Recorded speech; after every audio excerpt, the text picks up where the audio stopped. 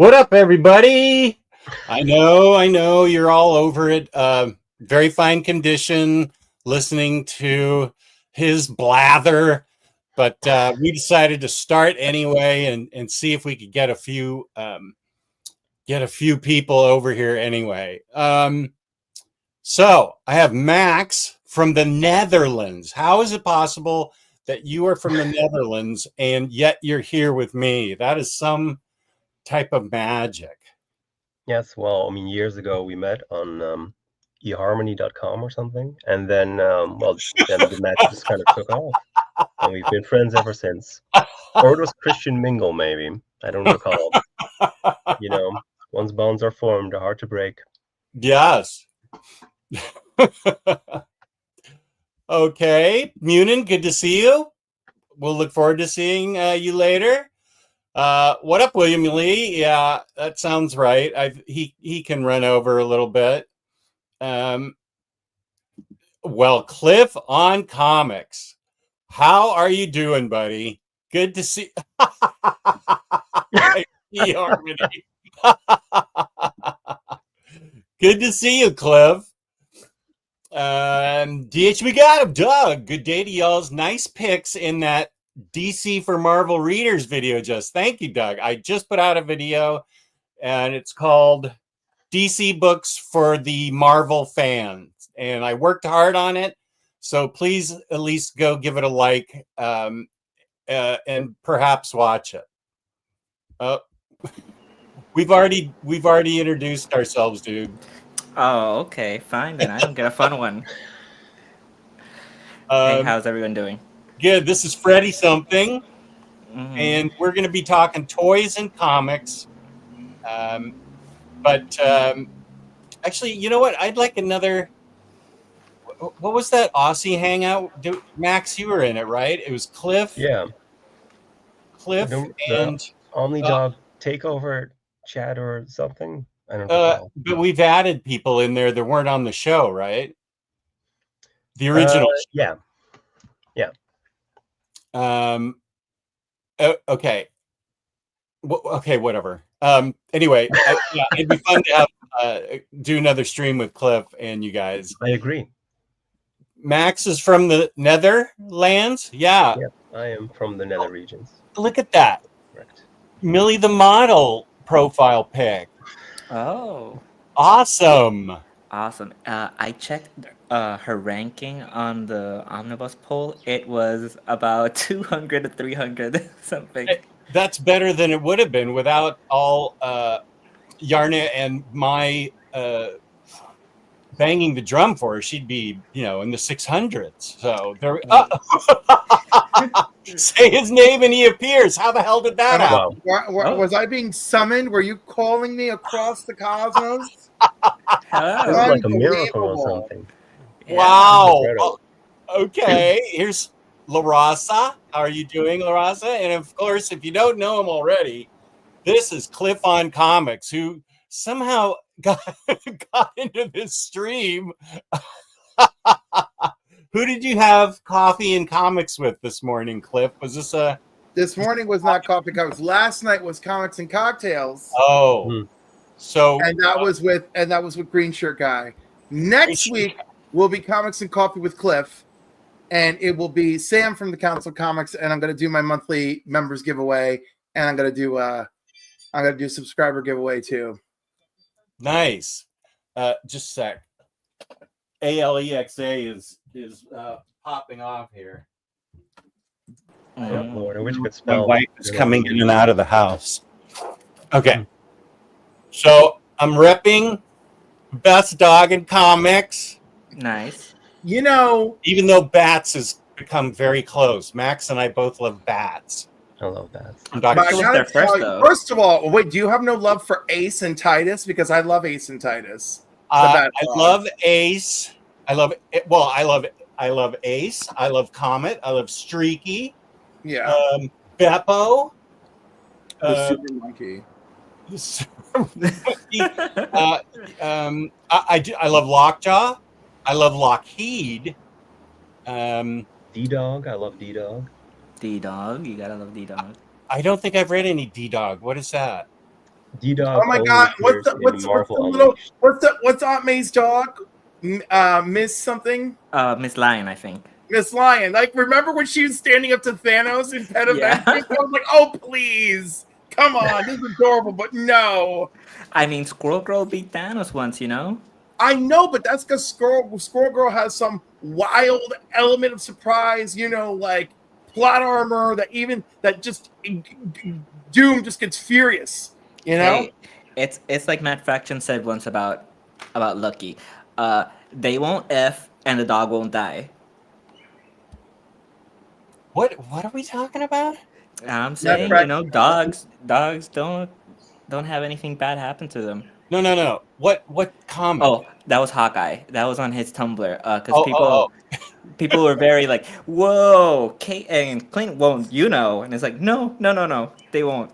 I want to talk about, since you mentioned a dog won't die, there's a scene that test audiences aboard in Superman, and it's Crypto getting punched in the face, and they removed it from the movie because test audiences were incensed that poor Superdog got punched in the face.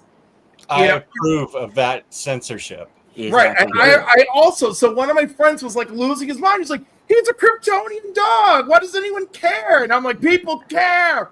They love their animal companions, man. Don't you underestimate? If it was your animal companion, you'd be losing it. You know? That's That's true. right. I highly approve of that. Mm-hmm.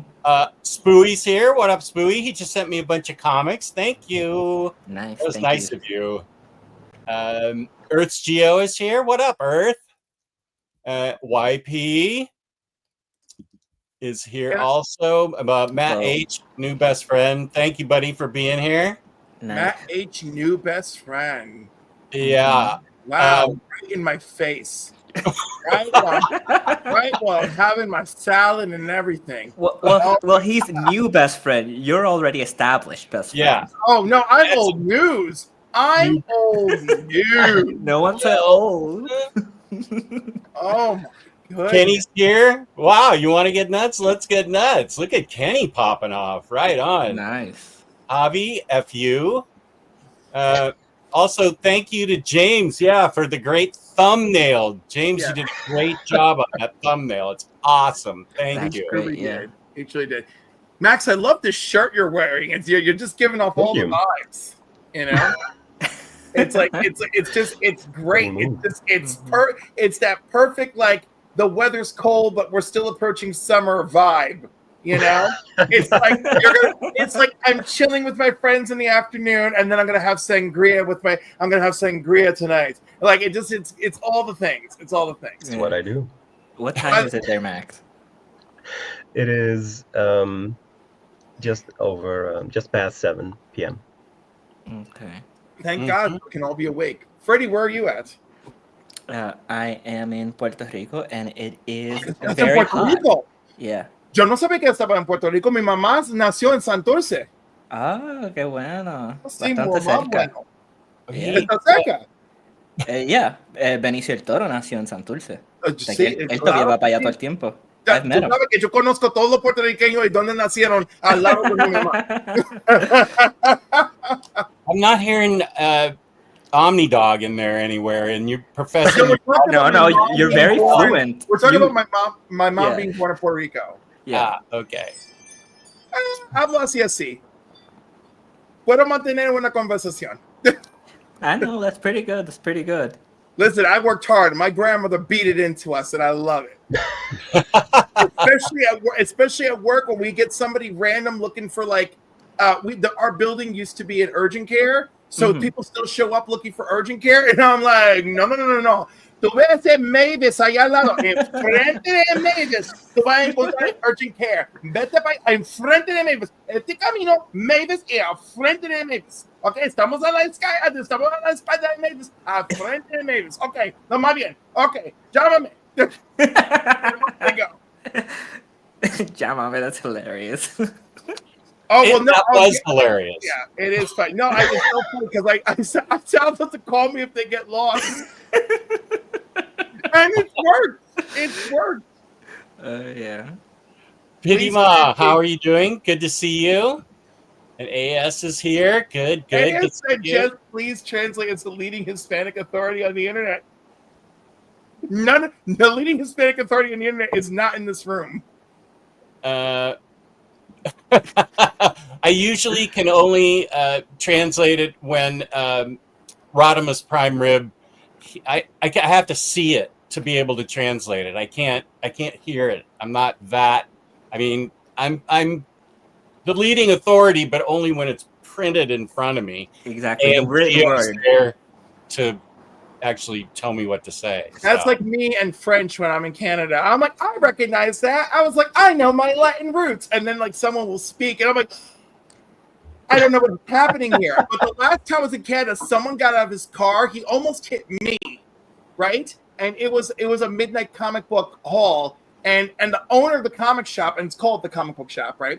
He came out to see if I was all right. And the guy is yelling at me in French, right? And I was like, and so I got out of my car and I come out, I'm like, mira, dame decirte una cosa. And I yell at him in Spanish, right? And the owner of the shop is like watching me do it. And when I was done yelling, the guy who yelled at me in French laughed so hard, he got over himself, and that was it, you know? Wow. So you use Spanish to help diffuse the situation. Well, no, also I did because I didn't like being yelled at in a language I understand, and I really want to fire back, and this is my best weapon. But it did diffuse the situation, and I was very pleased. But the guy really should not have been drinking and driving. You know, I'm like, should not be. No. I also want to throw in, whenever you're ready, I am sharing a screen with you because I like to share special. Wow, you're really taking this show over. Okay. Just a sec. Here it is. Oh, merch. This is the new Comics Curing Cancer store. Comics-curing-cancer.printify.me. All proceeds from these products go to benefit Comics Curing Cancer, which is directly affiliated with the American Cancer Society. And of course, there'll be various fundraisers all summer long, leading into the Comics Curing Cancer weekend event, in which you have opportunities to send money to the American Cancer Society and win big with auctions and other wonderful things. There's a new shirt this year, and it has the traditional logo on the front, like this one here. But this is the new shirt for the year. This is the back of the shirt, all right. And it's a young man in his bed receiving cancer treatment, reading a comic book, and dreaming of being a Captain America. Nice. Yeah, and it comes up into 5X, and we can even do pink in 5X. I'm all excited about it. Wait, is that kid named Chad? Featuring Chad? Where's Comics Curing Cancer featuring Chad? Where do you see that? Up at the top, right above the price. Oh, no, the art. Oh, okay, that was okay. Chad Scodel Arts. That's the artist. I'm like, why would you say that? You know, I'm like all bugged out because my friend Chad died of alcohol toxicity last year, and I'm like, why are you talking about him?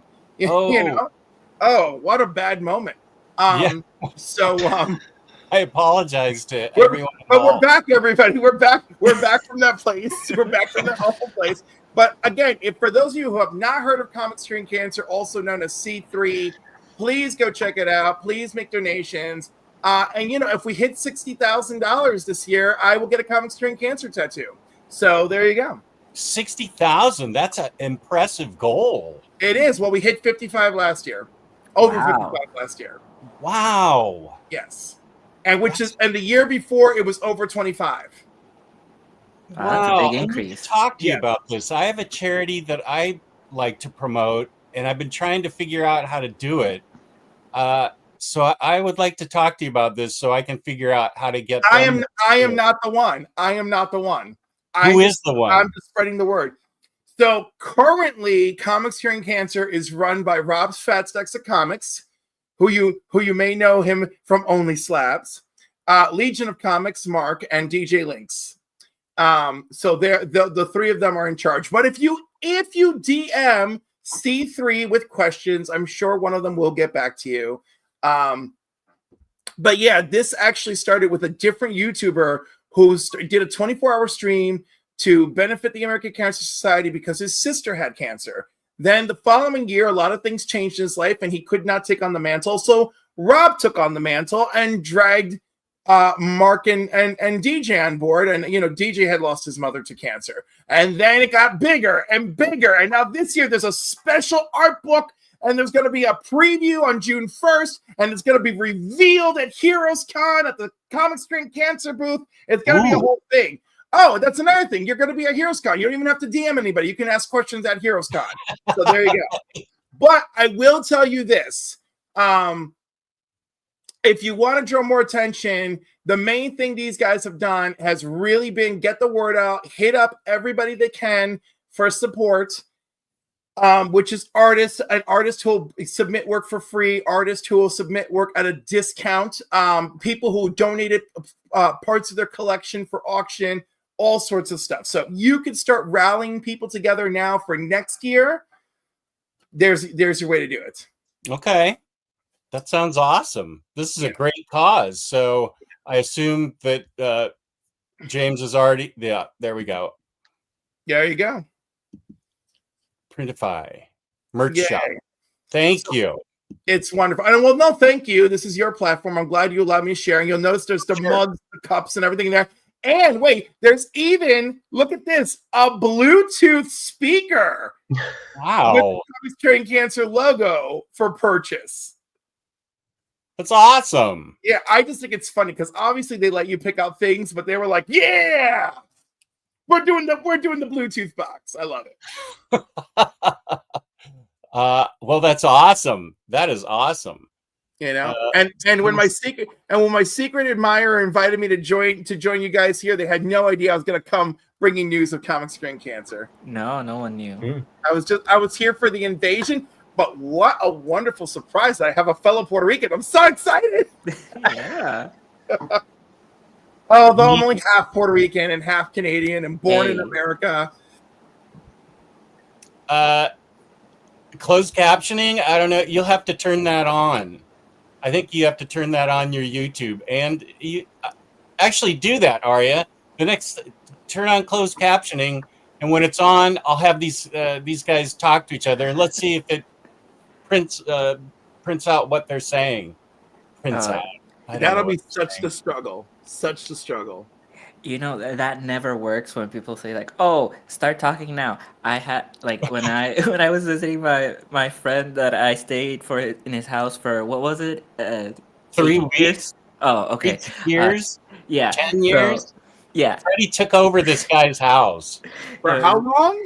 No, it's just like a month and some days. Because we've been friends. Wow. Days 4 through 44 must have been brutal. Yeah, because once you pass day 3. Yeah, day 3, it's like, all right, things are getting weird. Out of my house after day 3. Yeah, no, but his husband was very volunteering at his local LGBTQ center at the time, and so there's a Puerto Rican that works there in accounting, and I went there. Like that's the place I visited the most. It was their house, at Target, and the center. So there was a person working in accounting, and I finally got to meet her on the last time I went there. And he was like, talk, do that thing. And we gave each other that look like, no, this is weird. Don't fetishize us. Yeah, it's like could we say hello to each other on our own? Yeah, but they did have me very like your story from earlier. They did have me one day like basically working because a bunch of they were doing this was near Thanksgiving, so they were giving away free food, and they had a bunch of Mexican families show up at the center, and no one there knew like how to speak to them. So luckily I was there that I was able to like tell them politely to wait, and the bathroom's over here. Which is very effective, okay? But there are colloquialisms that will bite you in the butt if you don't know. You know? Like, we use ahora and ahorita differently. So I grew up with ahora is right now and ahorita is later. And it's the opposite for them, you know? And they're like, and I'm like, oh no, I didn't understand. And they have professionals for a reason. Like I work on film crews basically where the producers don't hire somebody and then they try to have me do it while I'm holding a boom, and I've translated back the exact same language to the people.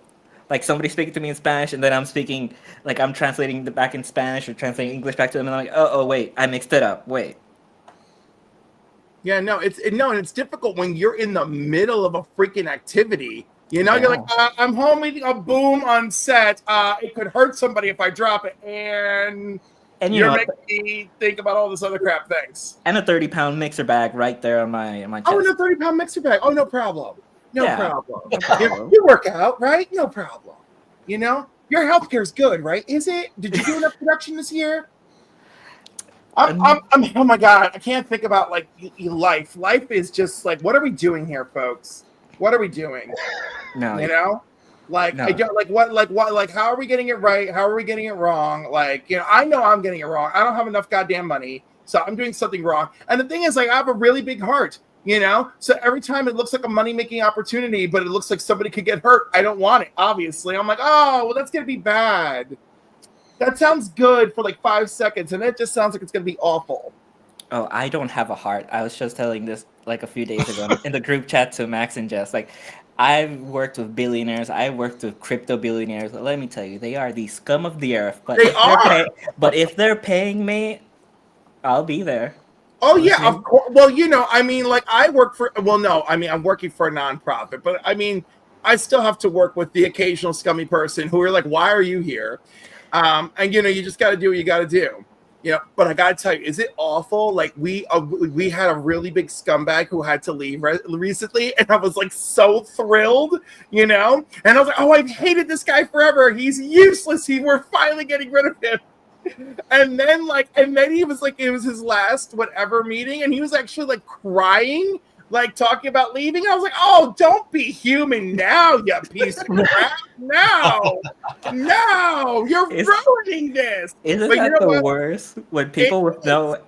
Sorry, I'm cutting you off.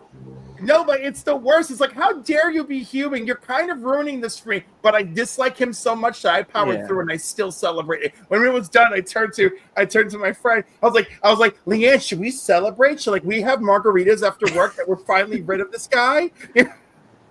No, but it definitely is like the worst when you have empathy for someone that's never had empathy for you before. Oh, I hate that. And it's terrible. And I'm like, you're gonna miss this place. Don't make me the bigger person. I don't want to be the bigger person. Yeah. And we used to be on the same team, so I remember I got where the Merkai chocolates. Oh my god, I'm trying to remember the name. Those really fancy chocolates in the big the big box that unfolds, whatever. So I got one for everybody on the team except him. I aspire to that level of pettiness. I did, you know, and I was just like, oh my goodness, you know, I was like, even this girl who I had a fight with on the team, I even gave her one, you know, but of course she also had like lung cancer at the time, so that was just awful. You know? I mean, sometimes you bond with people when you fight with them. You do, bud. I was like, you know what? Why are you such a dumb bitch with me? And now you're dying. Here, I brought you a box of your favorite fucking cookies. And I literally, this was it. That was my last in-person conversation with her. Was like, you bitch, why'd you have to fuck with me? Here's a box of your favorite cookies. Happy New Year. Like, literally, that was our last conversation. She laughed. I played with her dog. You know, we had our moment. We made our peace, and that was that. Okay. Real quick. Temple asked a question that I want to address. It's right now, Temple. Yeah.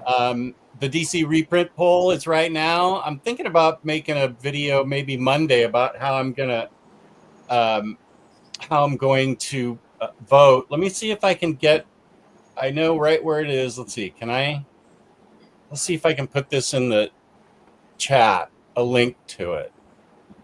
James beat you to it. Oh, he just did, yeah. Yeah. James. I should have known better. But did I get the right link? I think so, yeah. It looks the same. I did, yeah. Okay. Okay. The giant. I'm sorry. I'm having a conversation in your chat, interfering. It's fine. I embrace the chaos. You It's know, fine. Yes. Yeah, but I don't really love that. I don't really love like channeling the chaos like that. Omnidog's vault. But it's funny because I felt earlier, like when I was talking to Max, I was like, "Hey, let's make this video about this thing," and I felt like I was taking over. So this is a great relief for me.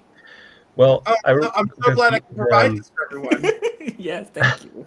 because the backstage thing was kind of like, well, maybe we should do like, well, basically what Jess turned out to do a video about DC books for Marvel readers. Now I haven't read as much DC. That's why I brought Mhm. like my +1, my Cliff, Oh, Thank you. and So- well, that's- things just kind of escalate from there. that's your DC suggestion as a Marvel fan, Cliff. Yes, tune into his channel. Oh, thank you. So this gigantic list, we only choose 5 of this gigantic list. I mean, Yeah.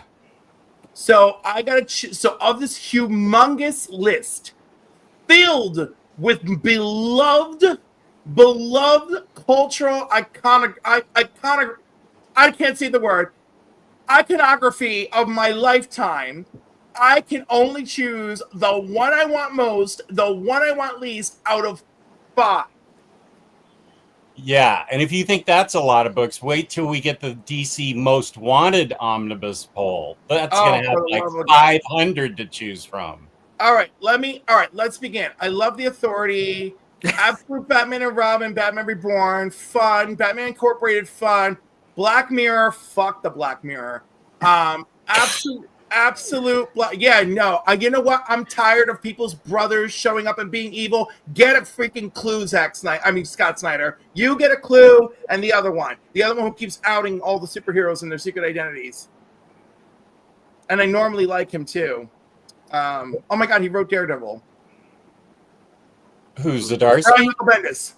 Him and Brian Michael Bendis need to get a goddamn clue, okay? oh, Scott pissed me off with, look, this mysterious brother we forgot about. It's here and they're a villain. Shut the fuck up. And then the other one, the Brian Michael Bendis, just, oh my God, is this a family show? Like, remind me. Not now. it used to be. Sorry, Johnny.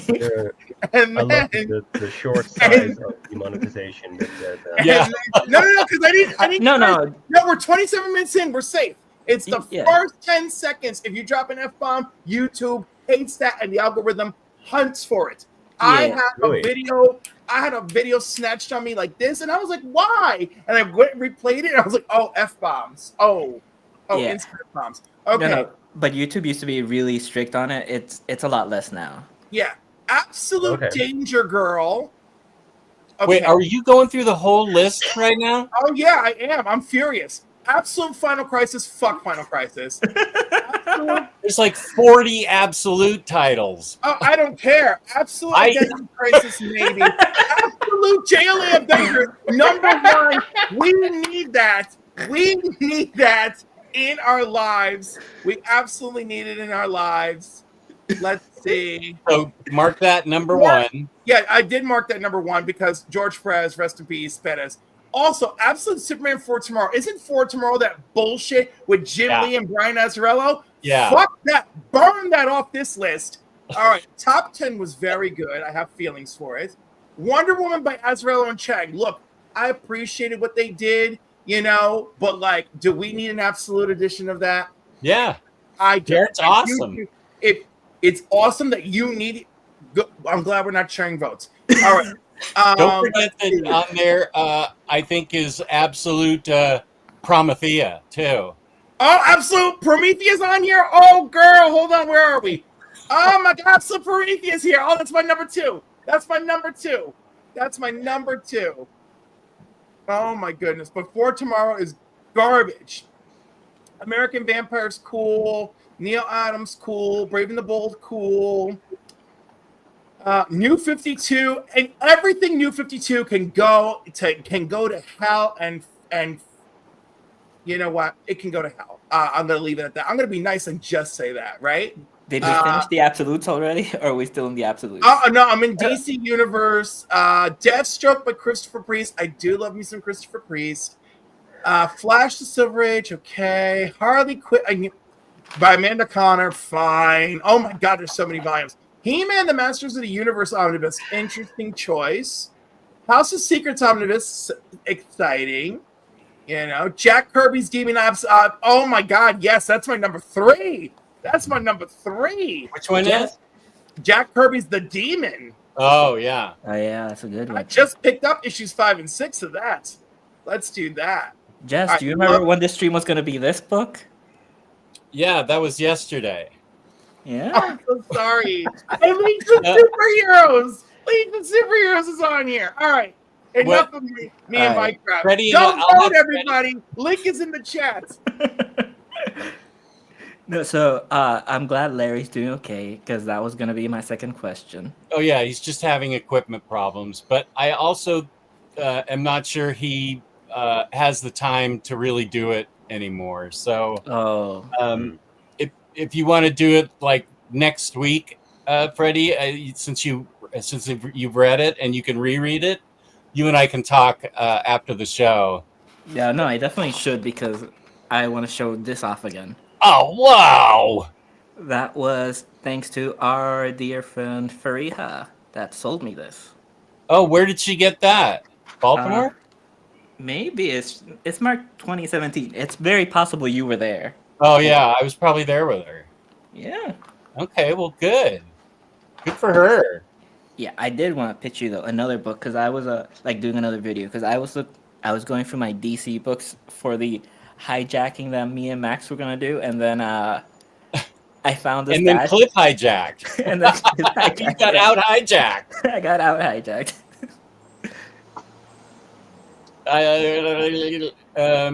Whatever you were saying, Cliff, Pity Ma is with it. Mm-hmm. She agrees. Yeah. I love it. Cliff is unhinged. Yes. Only partially.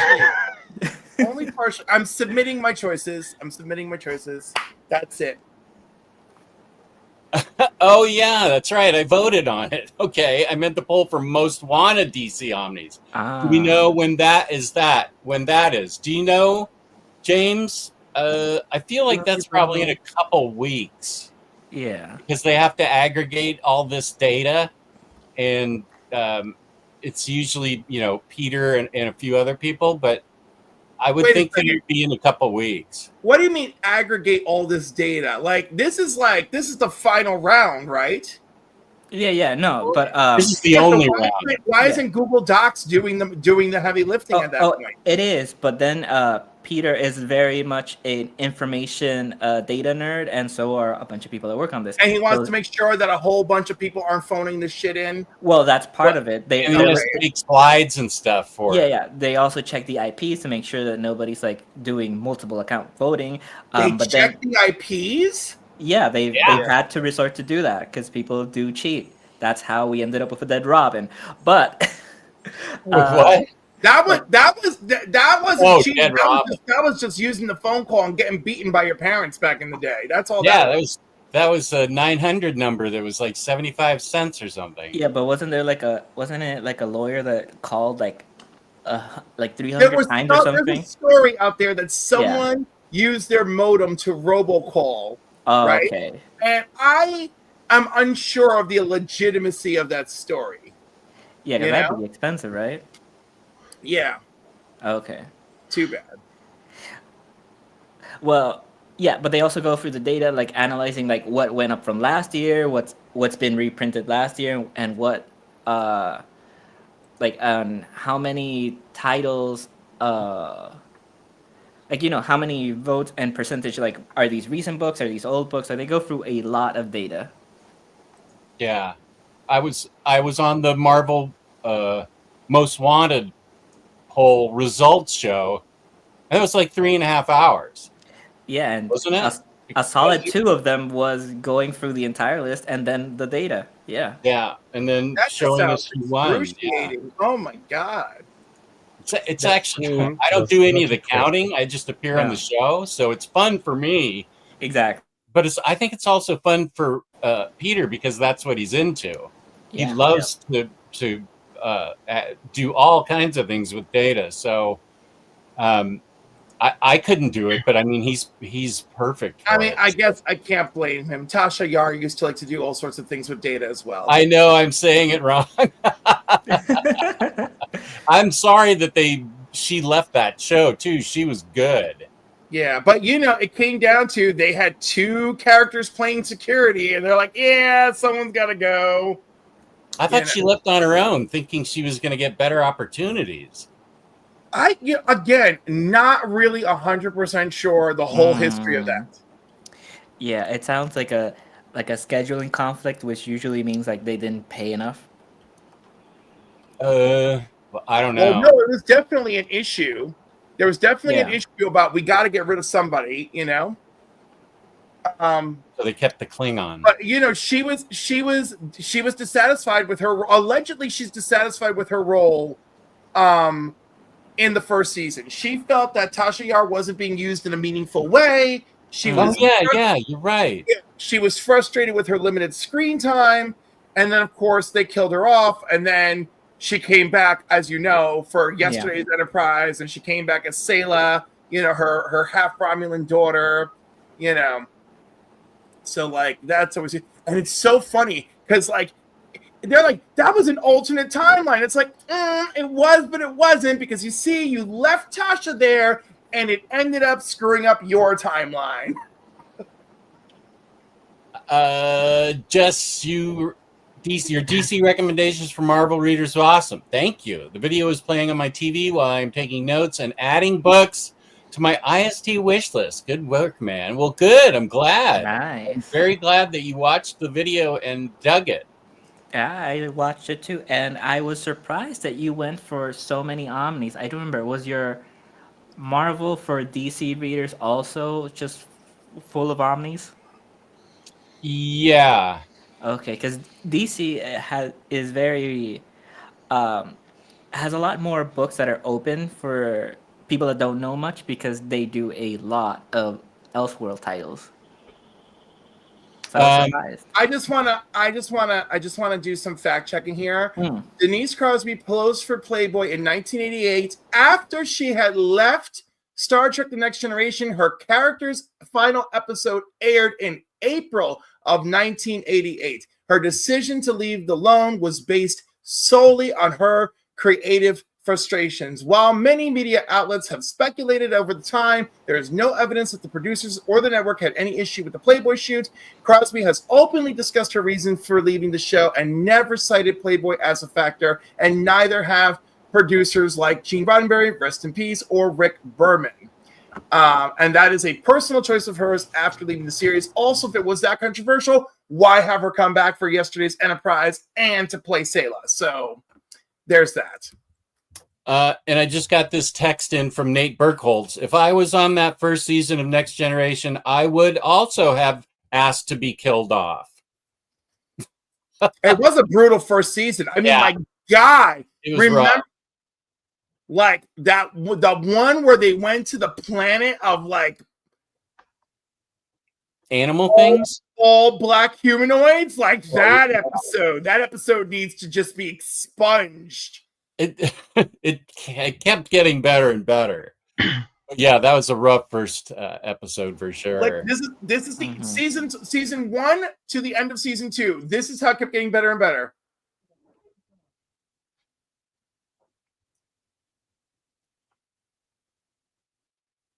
And then finally the end of season 2. How many seasons was it on? Was it on 7 or 9? 7, I think, right? 7 of 9. 7, okay. 7 of 9. Yeah. Oh. I think Crisis said the DC poll most wanted will have more titles than Marvel. Oh, with Vertigo added. Freddie, the reason I did Omnis was, first of all, it narrowed down the choices.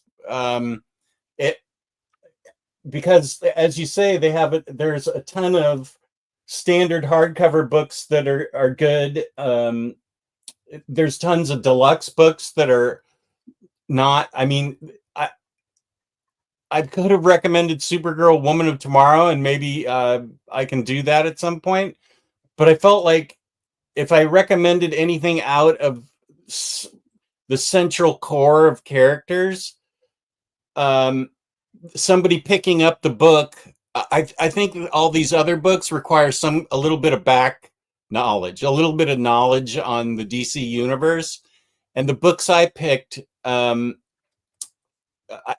didn't have, well, I didn't have some of them in Omni form, so I just showed like the deluxe or the trade paperback.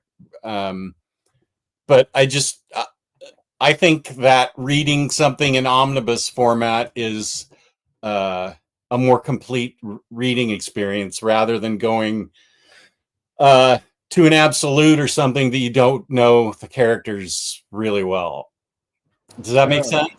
It really does, yeah. Because I was thinking about that a similar thing with Superman. Because I'd recommend a whole bunch of Superman deluxes, which I don't know where I put them now because I have like 2 giant stacks near me.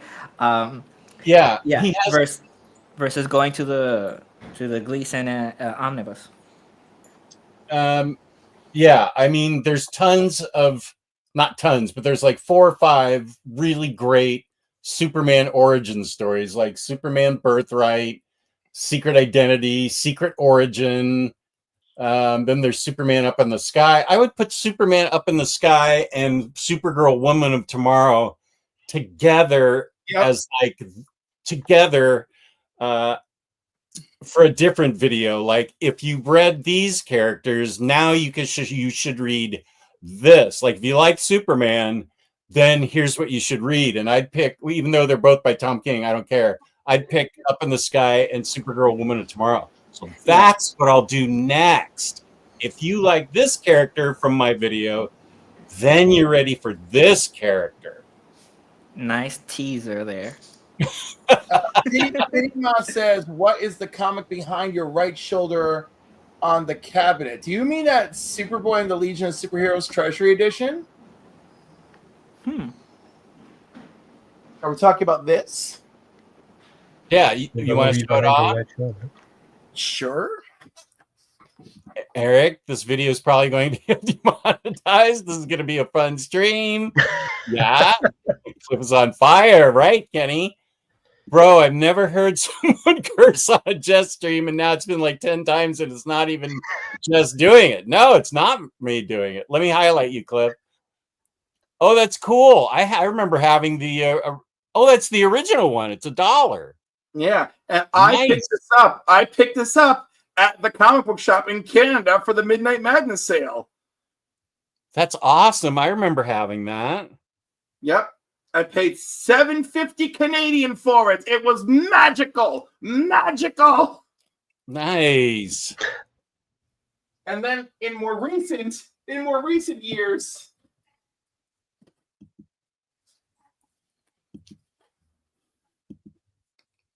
this one's still sealed, and it's the hardcover reprint. Oh wow! I don't think I knew about that book. Really? I don't. When was that put out? A year or 2 ago. Oh yeah, no, I definitely don't know about that book. I mean, and it's the wedding of Lightning Lad and Saturn Girl, man. Finally. What? How did I miss this? Yeah. Wow, I have to figure out how to get that. I mean, it still should be readily available. Okay. So it's like a Treasury Edition DC Legion of Superheroes? Yep. Nice hardcover. Superboy and the Legion of Superheroes.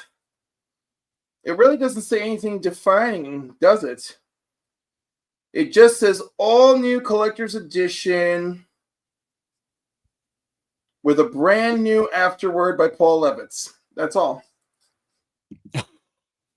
Harvey's in favor of the chaos. It's Cliff's vault now. Okay.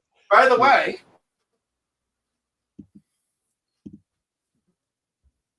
have we seen this? Do I know what that is? Where you are You know what it is? right? Oh my God, Max! Oh my God, is Max gonna be my future husband? What'd you say, Max? He is featured in the book. This is the one that Cliff's featured in? Yes. Yeah. Oh, well. Yeah, Max knew. Good job, Max. Yeah, Max is quite informative. Congratulations on your engagement. You Oh said it yeah, was there you are. Oh, that's right. Yeah, I remember seeing you showing me this. That's awesome. Yeah, it's a beloved moment of my life. Yeah, I would think so. Forever. Good job, Max. Hey, Omnibo, just say hi and love you all. Back to bed. No, you're still here. He said that a while ago. Is he still there, or did he I just bet leave he's running? still here. Omnibo, you're still here. I think he left it running. Most Wanted DC Omnibus should be on June 3rd. Okay, that's about 2 weeks away ish, in the middle of the week or so. IP tracking, indeed. I had to buy a completely new computer, rent a whole separate apartment, and subscribe to my ISP for a second time just to send in my second vote. Not worth it. Why couldn't you just dude? Why didn't you just use like TunnelBear? What what? What's that? That's where you I use a want to know VPN. what a TunnelBear is. Oh, No, it's a VPN service. It's not anything else. Max. Max. Here's where you can watch the top 60, and it's a lot of fun if you want to go see the top 60 most wanted Marvel Omnis. Fabulous. So apparently you can vote twice, and like, but the person who'll know is them on the receiving end. They'll be like, it came from the same IP. Yeah. Yeah, like I don't even think I could use 2 different emails. They'd figured it out. They'd figure that out. Well, I think you could use 2 different email. I think you could do all sorts of things. It's just that they're going to see the same IP and they're going to get suspicious. Yeah. Okay, a lot of Denise Crosby. Good for you. Good for you. There was a comic. Oh, Hayden, what up, my friend from Scotland? Ooh, Hayden, I'm glad you're here because. Wait, let me highlight whatever. What is that? That Oh, is Doctor the Who. Doctor. That's Truti Gatwa. Oh my God. Yo, Freddie, the Doctor Who reveal, was it worth it? Because I was screaming. It was everything I wanted. Oh, from the last episode? Yeah. Yes, I was so happy. I'm like, you did it, Russell T. Davies. You did it. I was like, you finally made me happy. I mean, he's made me happy before, but like in this run, I was like, okay, you did one really great story. Then we're just kind of hanging in there. I was like, this mystery better be worth it. And then I was like, it's so worth it. I love you, you bastard. You did it. I was very excited and very alone, Freddie. Sorry. No, it's my internet went all wacky. Oh. But did you love it? Were you feeling the feels, or like I'm overreacting? No, you're not totally wrong. But I was I've been seeing this suspicion for a while online, and it got to the point where normally whenever we suspected it in the past, we were wrong. This time we were right. No. I was like, finally. Right, and we get 2 of them. I know. By regeneration paid off. Freddie, you sent me a clip of was it the Doctor and his assistant, and they were talking to fans, and each episode was Blink. Yeah. Was that it? Was that in a Doctor Who episode? That was in an episode. Yes. That's hilarious. Oh, it was beautiful. It's a great episode. It had Alan Cumming come back, but playing a different role. It was beautiful. It's just a great episode. That's actually one series that I have now been talked into wanting to see. Yeah. Listen, there's a lot of ups and downs and weirdness, but overall, the heart and the charm, will carry you through. Except for that poor woman, whose name I'm forgetting. What happened? What happened to her? Well, first of all, like half the fandom was like, "Oh, Doctor Who's a woman," and that's before she even opened her mouth, right? Yeah. But then she got the worst writers ever. She really did. She is a phenomenal actress and a great doctor. and a great doctor, but her stories sucked. They sucked. It was horrible. Jodie Whittaker, like her doctor lost a lot of agency too. Like suddenly the doctor wasn't this confident person telling you the plan. It was a lot of going back like, do you think that's okay? What else has Jodie Whittaker been in? She looks familiar. Sorry? Broadchurch. Not sure if you Broadchurch, Broadchurch. Okay. Which was the same showrunner. Yeah. So we all thought maybe it's gonna be good, but he wrote an episode that's not that good called "Dinosaurs on a Spaceship," and it's literally what it's called. It's everybody's excited because there's dinosaurs on a spaceship. Carried on for 50 minutes. The energy went way down. Yeah. And by the way, if you ever saw the movie Attack the Block, she's in it with John Boyega. Yeah, that was the first time I saw John Boyega. Yeah. Same. There's some other stuff I know her from. I'm struggling to think about it now. Kenny loves your love it, Cliff. I own Superman World of Krypton. That's the treasure edition. Pity Ma's thanking you because I think she said, oh, she's the one that asked. Okay, good. Yeah, oh my god, I have the original treasury of the amazing Superman's Amazing World. And like, if that book is just outrageous, there's like a Superman theme park story in it and everything. Oh, yeah. Why doesn't this exist? Why don't I have the Superman theme park? I want it. Well, didn't they reprint that? They did, but I own the original, and that makes me better than anyone who owns the reprints. Right. I just have the reprint. Max World, I'm sorry. That was it was a little bit. Yeah, exactly. He said, didn't they reprint the Amazing World of Superman? I said they did, but I own the original, so that makes me better than everyone who owns the reprint. Not only did you hijack my show, but now you're talking shit about me.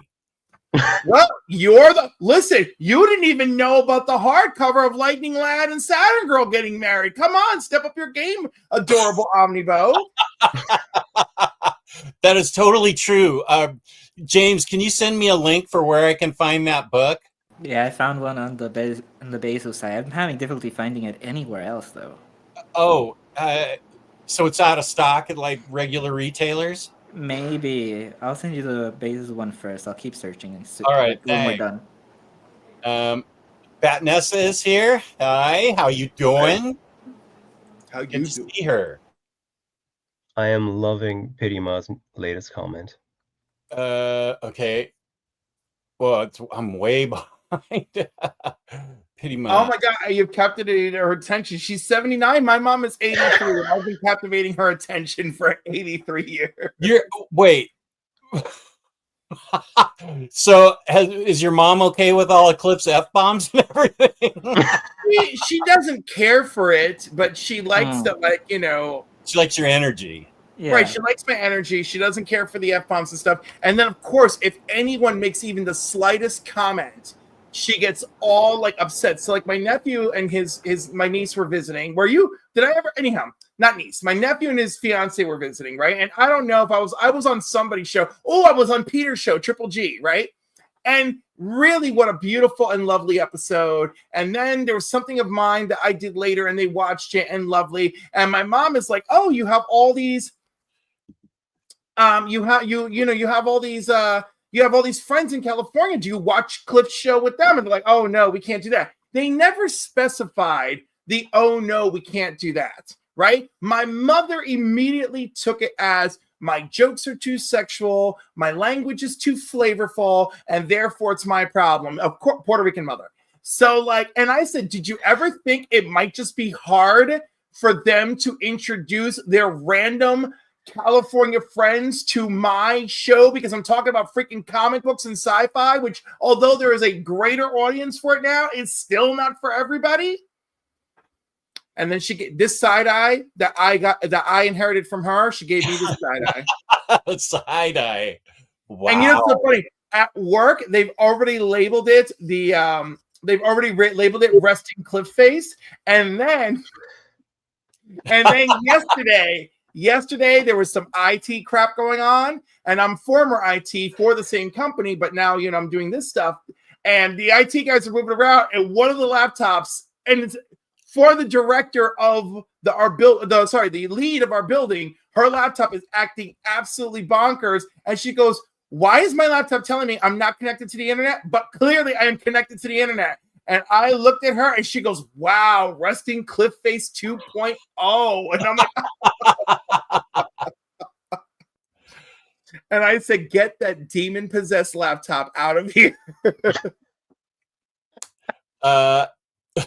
Lionheart's here. What's up, Jess in the panel? Welcome back, Jess. Jess, I think the Silver Surfer Omnibus Volume 2 is sold out on IST, both covers.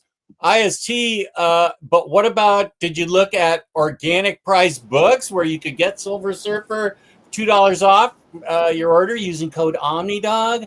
Or if you're going to be like Matt H and buy like everything I recommended, 5% off shipping 4 more books together with code Omnidog sit. James, you can check the website OPB and see if they have the new Silver Surfer. And if any of you are still buying raws and singles and you need new protection, head on over to BCW, and if you use Cliff Comics, you'll get 10% off your order. So take advantage now before those tariffs get us. I totally agree. Yeah, where's the banner for that, Jess? He wasn't ready. I came in hot with that one. Yeah, he did. He came in way hot with that. Sorry. No, Super I'm not. Laughard's here. Yeah, another Scott. I'm not seeing volume 2. Is that Return to the Spaceways? Because Yeah. they do have one. Yeah. Actually, they have. I think they might have both. Oh, Matt just ordered it from the Bozo site. Oh, you ordered it for me? Oh, I didn't read that right. It should get to you on Tuesday. Oh, Matt, you're so kind. Thank you very much. I really appreciate that. That's really sweet of you. Wow. Thank you. Thank you. My wife and I watched Broadchurch.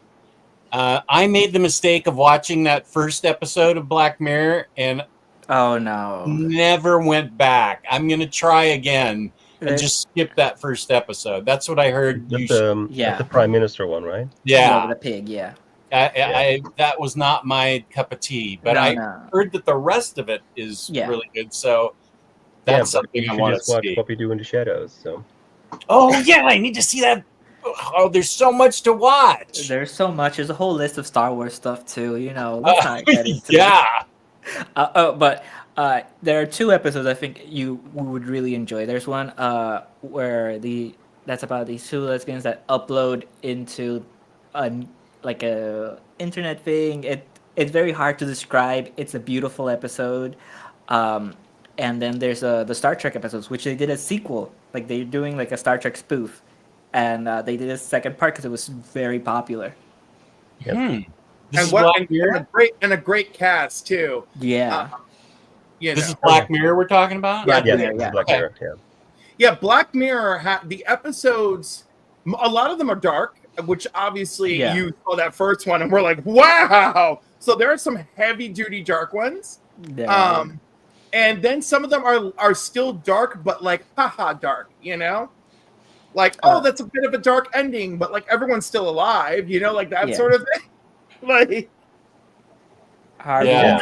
was it season 2 where all the stories, or was it season 3 where all the stories converged at that museum at the end with the girl looking for revenge? Yeah, with I think so, the woman who's playing Shuri. That was so good. So good. That's when I still liked her as a person. And it's fine. We don't need to like her to enjoy, Shuri. No, it's true. But then I didn't like her in Black Panther 2 very much. I'm like, okay, I get that we're delivering depressed, and I'm fully on board with the vision here. But girl, pick up the pace just a little bit. You're supposed to be Black Panther. Harvey Picar's feet got it. The episode that I'm recommending, which I'm going all mumbo jumbo. The Star Trek one I remember. It's a USS Callisto. This one is the other one was San Junipero. Mm-hmm. Beautiful episode. It won't make you feel weird or depressed or anything. Wait, San Junipero? Yeah, that one. San Junipero. Soundtrack. San Junipero is an all-time classic. The music's really As good in that one. the soundtrack. Hotel Reverie is my favorite episode. Yeah, Vanessa, it sounds like you should see it, but skip the very first episode. Don't watch the Prime Minister one, or you'll never go back to Black Mirror. That was like 10 years ago that I was exposed to that, and I'm like, I'll come back at some point, and I forgot about it right this second. So, have you guys heard of a mini series called Dead Set? It's by the same creator. It's also by Charlie Brooker. Are you familiar with the Dead Set? Dead Set. Okay. Yes. You're familiar with Big Brother, the reality TV show thing? I know kind of about it. I know what the premise is. Well, that's all you need to know. Dead Set is taking the premise that it's from the perspective of the participants of people in Big Brother, and then a zombie apocalypse happens, but they're like stuck inside. So then they're slowly, seeing everything unravel. And this is a TV show? It's a mini series. I think there are 4 episodes. Oh, it sounds cool. It's really fun. Yeah. Does it have your other favorite thing, arson, in it? I don't think so, but I don't like to mix all my pleasures, You gotta keep it separated a little. That's good. Wait, what?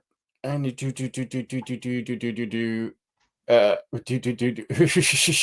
Thank you, Nathan. Code Cliff's Comics. Cliff Comics. Yes, Cliff Comics. That was the only code that could give me the. So I was like, all right, I'll take it. This is actually a good question, Cliff, because I need them too. Treasury bags. Are there treasury bags? There's treasury. They Are got there everything. Treasury are there boards? treasury bags, resealable bags. They've got well,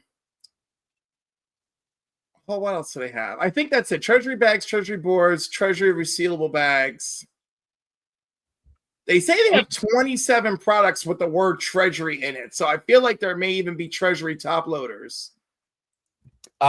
Okay. I need backing boards is what I need. Oh, yeah, no, they're there. They're there. Okay, cool. Oh, yeah. No, I'm not going to scare you. I genuinely use BCW everything. Like for real. Nice. Like I'm never going to be one of those people where I'm advertising a product that I'm not using. And I know how dare I sound this way. Oh, me and my 1.1 thousand subscribers. Like, I know, but like if God, God willing, if like I ever do become the big gay Oprah of comics that I want to be, I'm never going to advertise crap that I don't believe in. And I'm not going to fall for that Walter Mercado bull crap either, where Walter really thought that everybody who was working on his hotline had the gift. And then he was like, oh no, he was like really upset because he had fights with the people who were taking advantage of him. Like they were like taking his old work and reprinting it in new volumes and profiting off of him. And he's like, what are you doing? Like, I didn't writing it this, I didn't prepare it. Like he was really into the spiritual aspect. He would sit there and prepare and then write a book on the astrology of the coming year. He was really serious about it. Yeah, for everyone that's not Latino, Walter Mercado is the most famous astrologist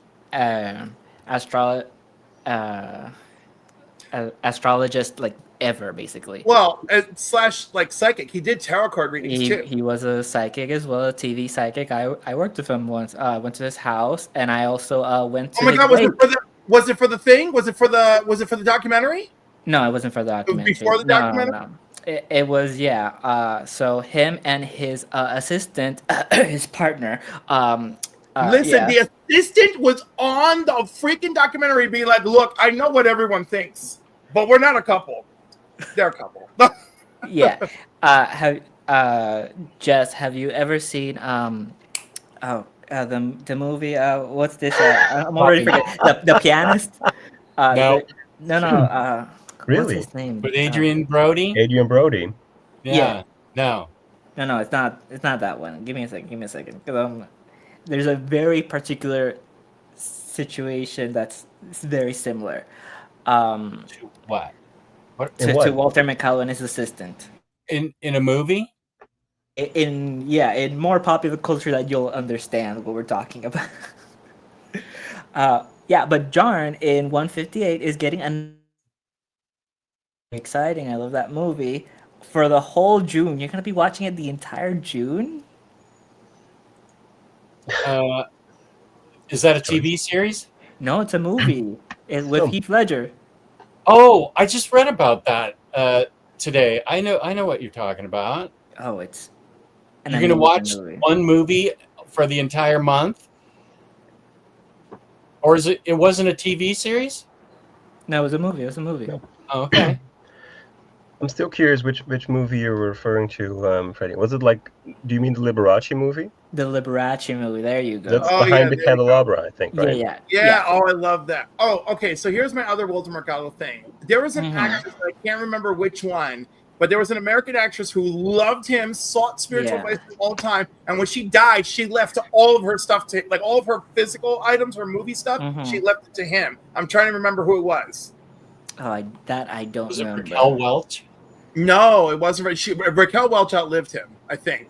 Oh, Yeah, so behind the candelabra, if anyone's seen it, so Liberace has a much younger boyfriend that then he hires as his assistant and gets surgery to look like him, And then- adopts him. and adopts him, and then since obviously they're very close, when his groupies come and they obviously think that they can get with Liberace, and they see him, they're like, oh, he looks so similar. He goes like, oh, that's my son. Yeah. Which is very creepy. But that is a very similar situation, because if you look at his assistant and you look at Walter, they look very similar, and I'm very sure it's because of surgery. I'm gonna say no to the surgery because this is a thing that happens with the gays all the time. You start looking like your partner. Oh, it happens with everybody. Like once you spend like decades especially together. especially when you're similar. You know, I'm Yeah. an opposites attract kind of guy, so I don't run into that problem. But when you're very similar and you start wearing each other's outfits and shit, it just goes downhill fast. You know, so fast. You know. And it's like, oh my god, you guys are so cute. Are you brothers? And they're like, what? Why are you making this creepy? I can't say that I've ever put on my partner's clothes. Yeah, I know. No, because not you're living the a clothes, very but- heteronormative, boring lifestyle. It's fine. But you know, people's faces, like as you get older, they start like looking a bit similar. Like when you spend so much time together, there's an actual thing. Okay. I don't think anybody thinks I look like upper management. Upper management, I'm pretty, but upper management is way prettier. Oh, agreed. But you know, maybe some feature Are here we and there calling has. are we calling wifey upper management? Is that the Yeah. code that I'm missing out on? I love that. Yeah. Yeah. Yeah. I love this for her. I'm merely an employee in this office. That would be Matthew Mangi, that guy that's drawing me as Vampirella, said it would take a few weeks. Yeah, don't have a little frowny face, have really happy face, because his stuff's great and he's super busy. I'm glad that you're getting that, Vanessa. But yeah, you have to be patient with Matthew. He's got a lot of balls in the air, but he's a great artist. I love his stuff. And it'll definitely be worth it, yeah. I pre-ordered the Till All R1 set from OPB and saved like $100 on it. What's Wow. Till All R1? Sounds What like is a that? Transformers thing. Oh, Oh. thank you. You're welcome. I just found out that Henry Cavill filmed a Voltron movie. By himself? Oh yeah, Wow. Kinda sad. we still don't know who he is in it. It's crazy. What a nerd, leaving Witcher to do Voltron and stuff like that. Okay, but no, legit. Like I would have left Witcher 2 because they're like, oh, we're just gonna mess with the lore of one of your very favorite games that you are highly invested in, and you are freaking mascot for it. We're just gonna screw with it. I would have left too. First of all, how dumb are you? How do you argue with your big, heaving, gorgeous, not stupid lead who loves the product that you're creating? Mm-hmm. Why would you not just be like, we should listen? We should probably listen to Henry. In the meantime, he's getting executive producer credit for the new Warhammer stuff for Amazon and MGM. Oh, yeah, that mofo. Listen, he is crying all the way to the bank. All the way to the bank. I don't think he's crying. I don't think he's crying. Well, no, it's the expression. Oh, actually, Yeah. that expression used to come from Liberace because he would sue people for saying he was gay and win. And it's like, I cry all the way to the bank. I cry all the way to the bank, I love that shit. Liberace's an interesting guy, that's for sure. He really was. He really was. Super excited for season 2 of Wednesday Addams. I love that first. Yeah. I need to watch that When's first season all over. When's the second season coming out? Vanessa, do you know when the second season's coming out? Or James James already written it down? No, James went BRB. Oh. Lionheart, you already got it. Okay, good. Here's Jewish Dragons. What up? Hi. It is August 6th for Wednesday season 2. Yeah. Okay. Skip Mission Impossible 2. No. I love the Mission Impossible 2. Actually, I've never seen 2. I hate Tom Cruise so much, but like, I can't deny that Top Gun Maverick was great in IMAX, and I'm probably gonna go see this garbage in IMAX, and I just hate him so much. I just don't enjoy supporting him. I love my Short Kings. I do. Mm-hmm. My Short Kings are good to me, and they usually have a big surprise in that small package and deliver. But this hot little bastard, he has never done it for me. He always rubs me the wrong way. Him and that damn Scientology rubbing me the wrong way. Just bad. It's bad look. But he's definitely also really great for the industry. Like when they were at risk of shutting down industry, this bastard. No, like when they were shooting Mission Impossible during COVID, like I can attest, like filming COVID was terrible, and producers and actors were very terrible at masking, and then they'd get sick, and then we'd have to stop. And when there's a very famous rant of him filmed yelling at producers because they never wore their mask on set. He's like, if we shut down, yada yada, like that was a great moment. All of us crew people were like, hell yeah, Tom. And recently, Sinners, he was openly supporting it. Variety was doing these attack pieces on it, basically saying like, don't celebrate yet. The movie made this much money on the opening weekend because it still hasn't recovered its whole budget. And Tom just came out in front. He was like, no, this movie's great. You got to go watch it. Like, he's definitely... Like I said, I have a very complicated it's a love-hate thing. With him. Yeah. Like, he was... when I was young, he was one of the first men... He was influential in my discovering myself. And then he opened his mouth, and I hated it. And then that whole thing on mental health, because, God forbid, like, mental health is the real enemy for the Scientologist. Oh, no. Oh, he's fine. Yeah, don't you dig that part of him? Don't you just randomly jump on a couch professing your love to your wife that's leaving you? No. Oh, yeah. Yeah, totally. I know, right? Like, I'm so excited. I love her so much. So amazing. Greatest thing ever. Oh, yeah. Not terrifying and odd at all. Jess, tell us your Tom Cruise. Did you ever... were you ever a waiter for him? No, I do not have any Tom Cruise stories. I have a Tom Cruise story. Tom Cruise. Are you still coasting on Clint Eastwood, you lazy bastard? Yeah, Clint for life. Yeah, I have so many good celebrity stories, but of course I was engaged to Mateo at the time, so it makes it all brighter and better. Whatever. Dead Set is one of the best pieces of zombie media. Yeah, it's really good. It's great. Oh, Dead Set is a reality show thing. Yeah. Yeah. I get it now. Oh, Marcelo, welcome. Good to see you. Yeah. And Matt H has a request from Max. Can you give us a preview teaser hint on the Beetle Bop number 20 released tomorrow? Well, I recorded it earlier before I went on the stream. Ooh. Think cosmic. That'll be a teaser hint. Think cosmic. Should Yeah. we think cosmic like Daft Punk cosmic, or should we think cosmic like David Bowie cosmic? Well, it's a Beatles song, so that narrows it down. And then just think Beatles songs that have to do with the cosmos. Yeah, Cliff. Oh yeah, okay, I know. He does like jazz arrangements so that he doesn't. They I know sound he does. He did I- yesterday. I loved it. okay. I'm not new here. Okay, I'm Yeah. supportive. Damn Yeah. it. Don't educate him on his fiance. Sorry. Oh, boy. Exactly. And by the way, it better be Across the Universe or Lucy in the Sky with Diamonds, or I'm gonna be pissed. Yeah, those were the two things that came to my mind. I've Oh already my done God, Lucy in the Max! Sky If with we Diamonds. did Max, if we did get married, Across the Universe would be such a good song for us.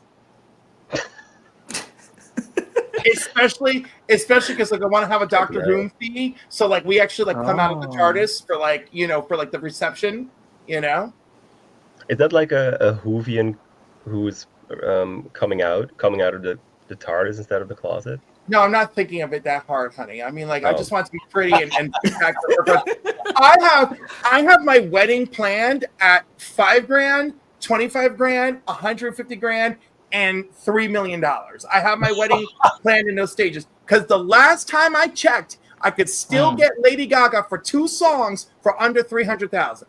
So that is what I want for the big ass wedding. If I have Boku bucks, But if I don't have the Boku bucks and I got to go small, then there's going to be some theatrics, some pyrotechnics, and a TARDIS and some fabulous food.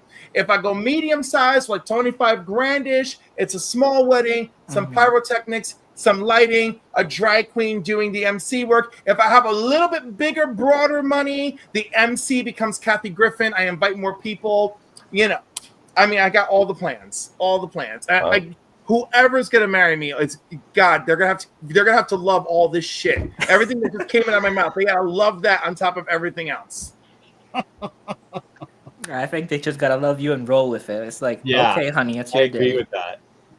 By the way, if I am rich in this scenario, it's like, motherfucker, that prenup is on lock. Start on line 1, and when you're done with line 103,000, then come talk to me and sign off on that shit.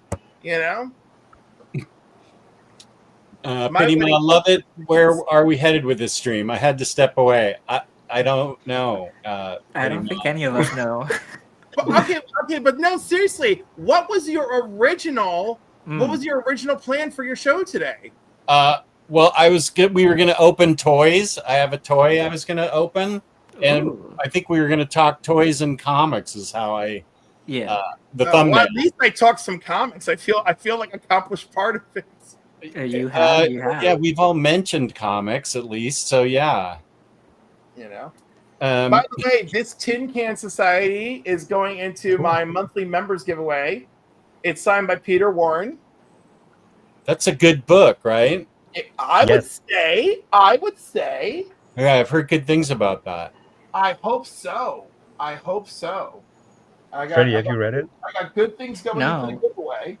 What publisher is that? This is the Glow in the Duck. Glow in the Duck. It's a Glow in the Duck, everybody. Glow in the Dark. The Glow in the Dark Hush 2 Part 1 is in here from BTC Collectibles. All right. New Avengers #1. Shout out to Thunderbolts. Oh, New Avengers #7. Century Part 1. First appearance of the Illuminati. Oh yeah, that's a good So one. that too is going in the giveaway. when is the giveaway? Next Saturday morning at 10 a.m. Eastern Standard Time on Cliff on Comics. There we go. Well, Bar is dragging us.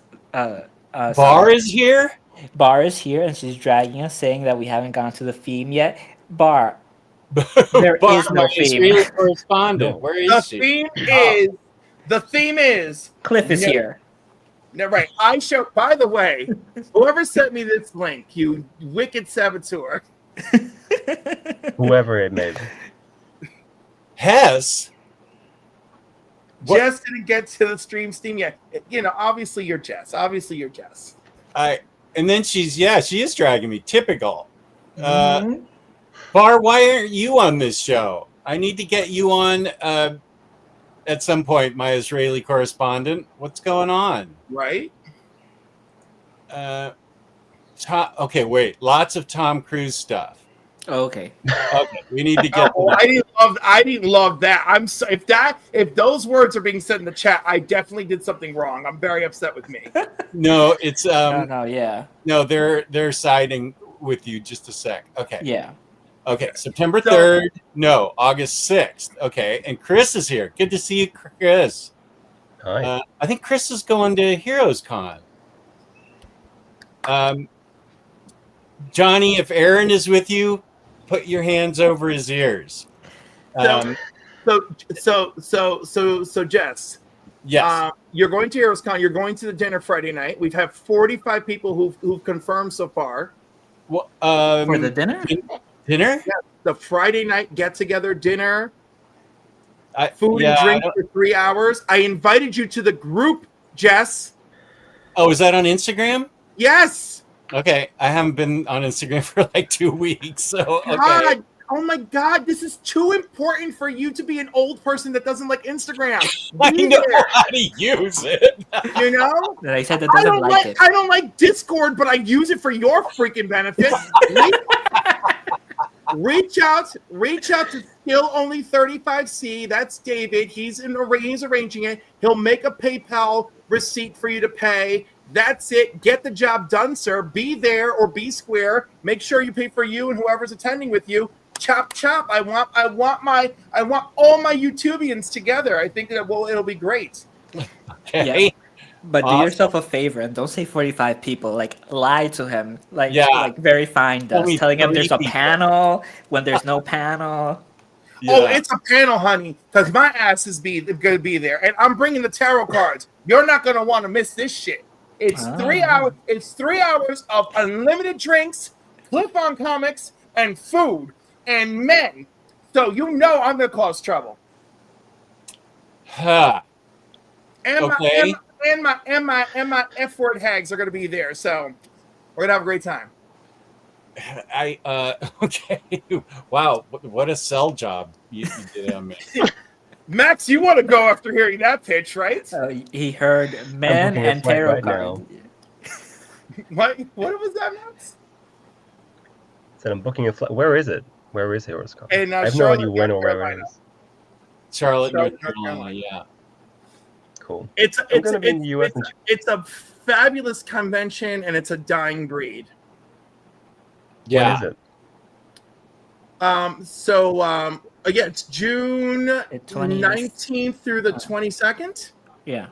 and it is just comic books, and guess. Yeah. All great And then there's guests. some other stuff. Unlike other shows where it's like movie guests, TV guests, rah, and comics. Like this is the opposite. It's like comic stuff and the other people. Yeah, it's all comic creators, and it's really well laid out so that you don't feel crowded.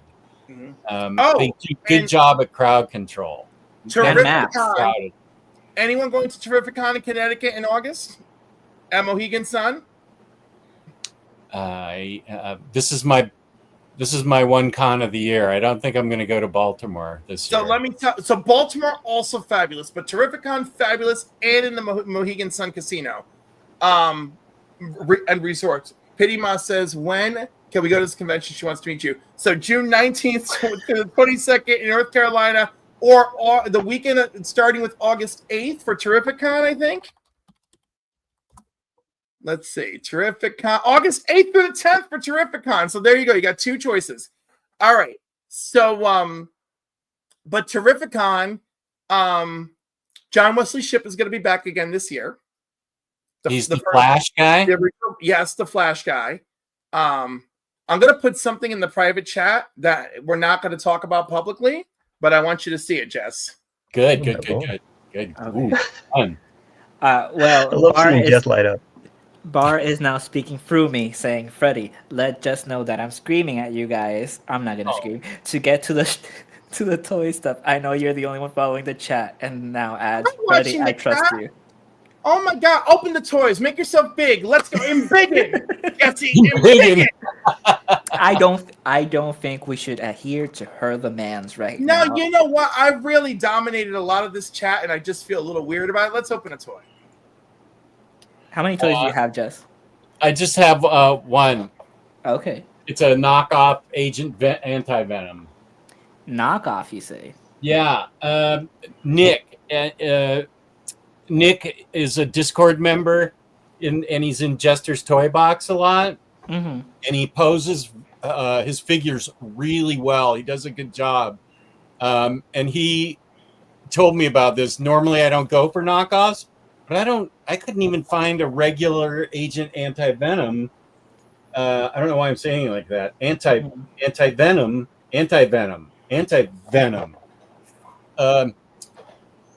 So it was like $40, but Okay. I haven't even. It's Amazing Yamaguchi Revoltech, so it's going to have a bunch of features. Oh my gosh, it does have a bunch of things in there. Ooh. Oh wow. Yeah, that's fun. Gonna be good decorating. I'll be right back. Yeah. So where's Bar yelling at me? More wow. recent comments, yeah. Uh, No, but you could keep the chat normal. Like, she's not saying anything. She doesn't trust me anymore. Freddie, just know I'm screaming at you guys to get to the toy stuff. I know you're the only one following the chat. Be feminists. I'm just gonna see, Freddie. I trusted you as a friend. Nobody should trust me. The stream could go. If I wasn't here, the stream could go for 6 hours with like 3 toys shown. You're welcome. That's not wrong. Yeah, I think that is Gizmo behind you, isn't that? It is, yeah. It is Gizmo on a dartboard. Oh, and Unstoppable Bar. Max, you handsome macho man. Look at that. I thank you. Yeah, could you show more chest? I could, yes. Would you? Easily. No, we Jess, gotta get. and Freddie, did you see the announced Amazing Yamaguchi cable figure that's coming up? I have not. No. Slow looks old amazing. men. Wow. We are all older than Bar is. I'll take it. I like it when people call me old. They never do. Oh, that's because you're young. Even Yeah. people, even people Wait. younger than me go like, "You kid." I'm like, I'm older than you. I'm just highlighting Bar for now. I want to keep her happy. Okay, I will open Agent Anti-Venom Okay. for this stream. And thank you to Nick Gracia. Ooh, this does look good. I've had this for like ever since Discord came into my life, I feel like. Okay, wait. Let me highlight myself real quick. Okay, Agent Anti-Venom comes with Wow. an extra face there. Wow, that's cool. Yeah, someone's competing with Max for the most handsome macho man. Webs, guns. What are those? Like walkie-talkies, maybe? Knee pads, maybe? I don't know. Knee pads? I don't. He's got knee pads. Oh, okay. What the hell are those? They do sort of look like. They do clip on somewhere. Okay, let me exit myself because then I'm going to open it up. Is it taped? No. Okay, Bar, are you excited? I know how much of an Agent Anti-Venom fan you are. He's definitely a woman underneath that, and I know you only like women characters. Not that Venom. Not that. There is a Venom out there for you. Just That's not right. Okay, so, okay. Let me highlight myself again because I've opened it. Okay, so here's what everything looks like. And I think these do have a little thingy in back, so they clip on somewhere. somewhere on this dude who I will happily pull out. Oh, lift those again because they look different from the back. Like, is that? The thing, this thing? Oh, that's okay. Okay. Yeah, it's this, and then it's got a peg for you to stick somewhere on him. And then there's, gosh, this is pretty good for $40. Yeah. Several eyes here that you can use. And then, of course, the best part is what you can stick on his back are the tentacles. Ooh. And webs, right? are those webs or gun No, those are gun effects, but effects? yeah. Oh, yeah, the webs are over here. Okay. There's like right there, yeah. Ah, okay. I see it now. Okay. So Are those pouches? Maybe I'm gonna keep thinking. oh yeah. Then there's Utility pouches with Agent Venom or Agent Anti-Venom. then there's all these hand swaps. Whoop. Okay.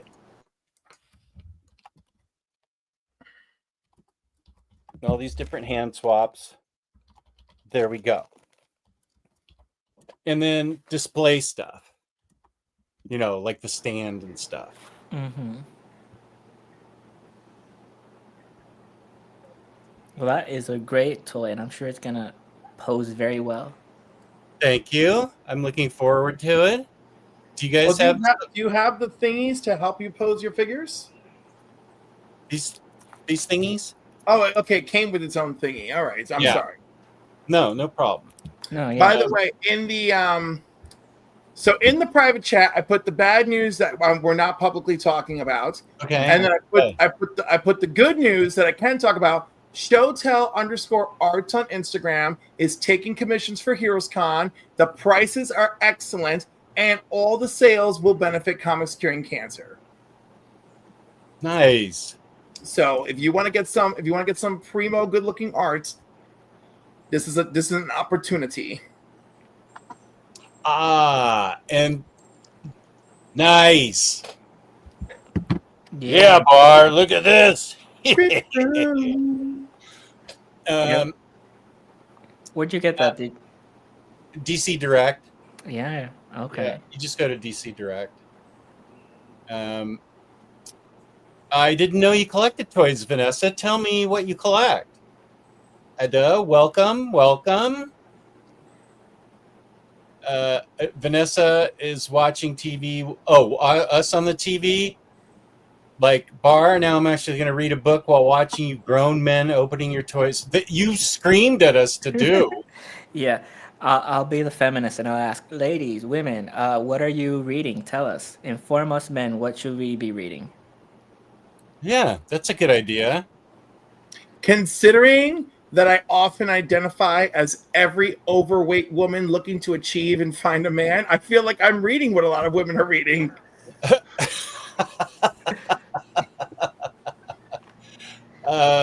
Do you guys have toys to open, or do you? Well, I'm not gonna open some of them, but I did bring stuff to show just so I didn't have nothing.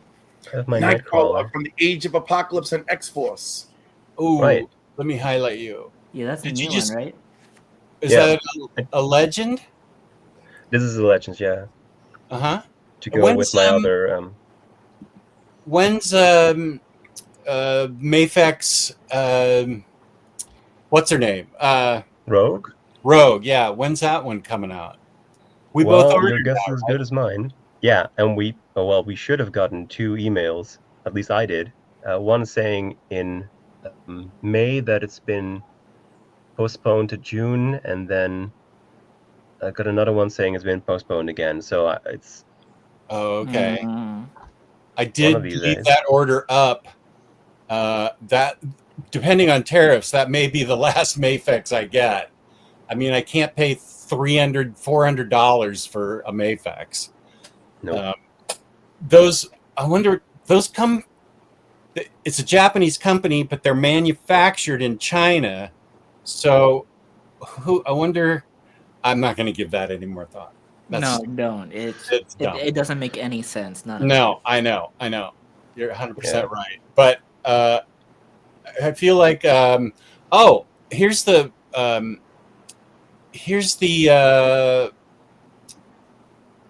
Hawk Girl figure. Oh Of the shoot. movie?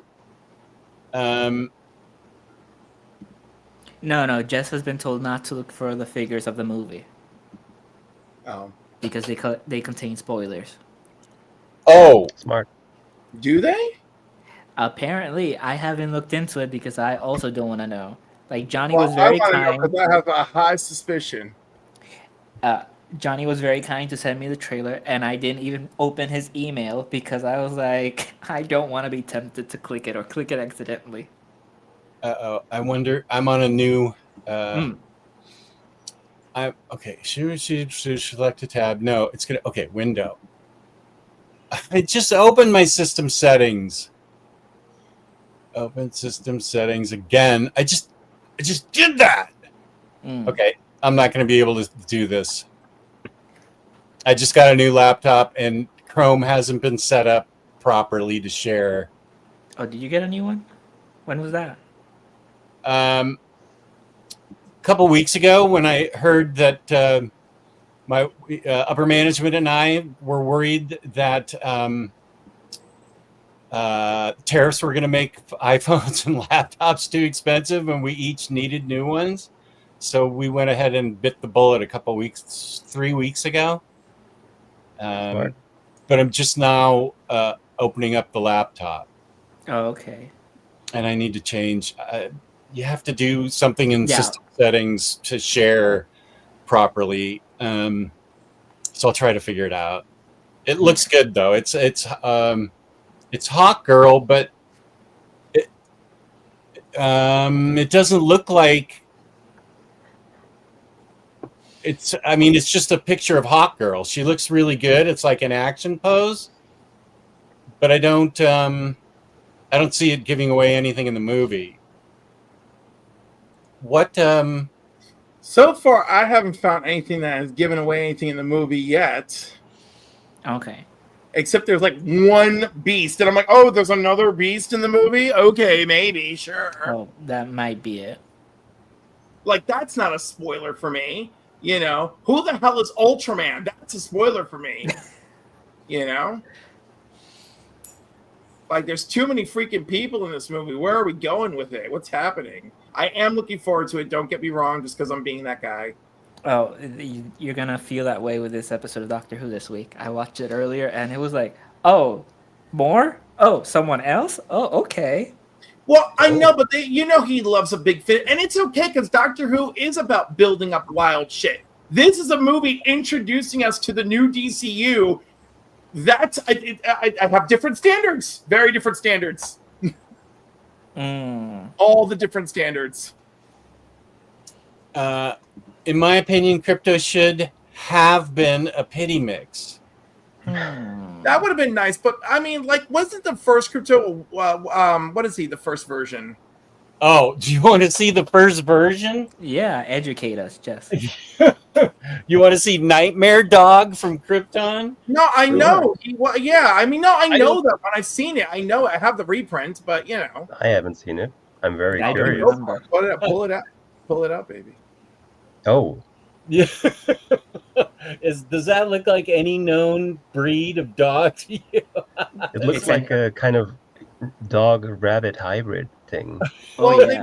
they made him a little goofy, which is understood for the time. First of all, I love that these are out. These DC finest. finest with these adventure comics for Superboy. But yeah, the art is a thing in it. And Crypto's really not in it that much. Okay. Well, this is what he looks like in this. He doesn't even have his costume on there yet. Okay. But it's not a whole bunch of Crypto stories. It's really just Superboy stories. And Crypto is there. Oh yeah! Whoa! Look at this. Oh my. Hello. Look. This is I am some Strange. type of dog. Yeah, I. Oh, it's sweet though. I mean, Yeah. oh, wait, what? There are two There's cryptos. two of Okay. them. Wait, Okay. what's happening here? Go read your comics. Oh my Crypto lord, a obeyed and riveting tracked tale. down the other dog for me. Okay, wait. I'm gonna have to read this crypto. The dog All of right, well, steel. I Oh, it's mean, Yeah. let's take a when he break first while shows Jess up. reads his book. Yeah. While you do that, oh, there See, we we're go. talking about Wear glasses. Ah. Well, other books that I would pair with your from an hour ago. I'm gonna say, no, not an hour ago. Like from 32 minutes ago. Your Supergirl, Woman of Tomorrow, and your Tom King, Superman, all up up in the sky. up in the sky, which I have just bought the deluxe because Nice. I love it so much. Even, and I'm gonna be so sad giving away that standard size hardcover because I love the spine. It's very interesting. It is.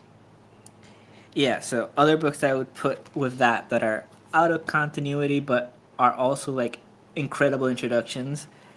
Superman Smashes the Klan. Mm-hmm. Also, these are books that made me like change my look, my Got you out of the opinion. clan. No, got me out of Superman. Yeah. Freddie's had a pass. No, don't say Oh, that. For that- all seasons.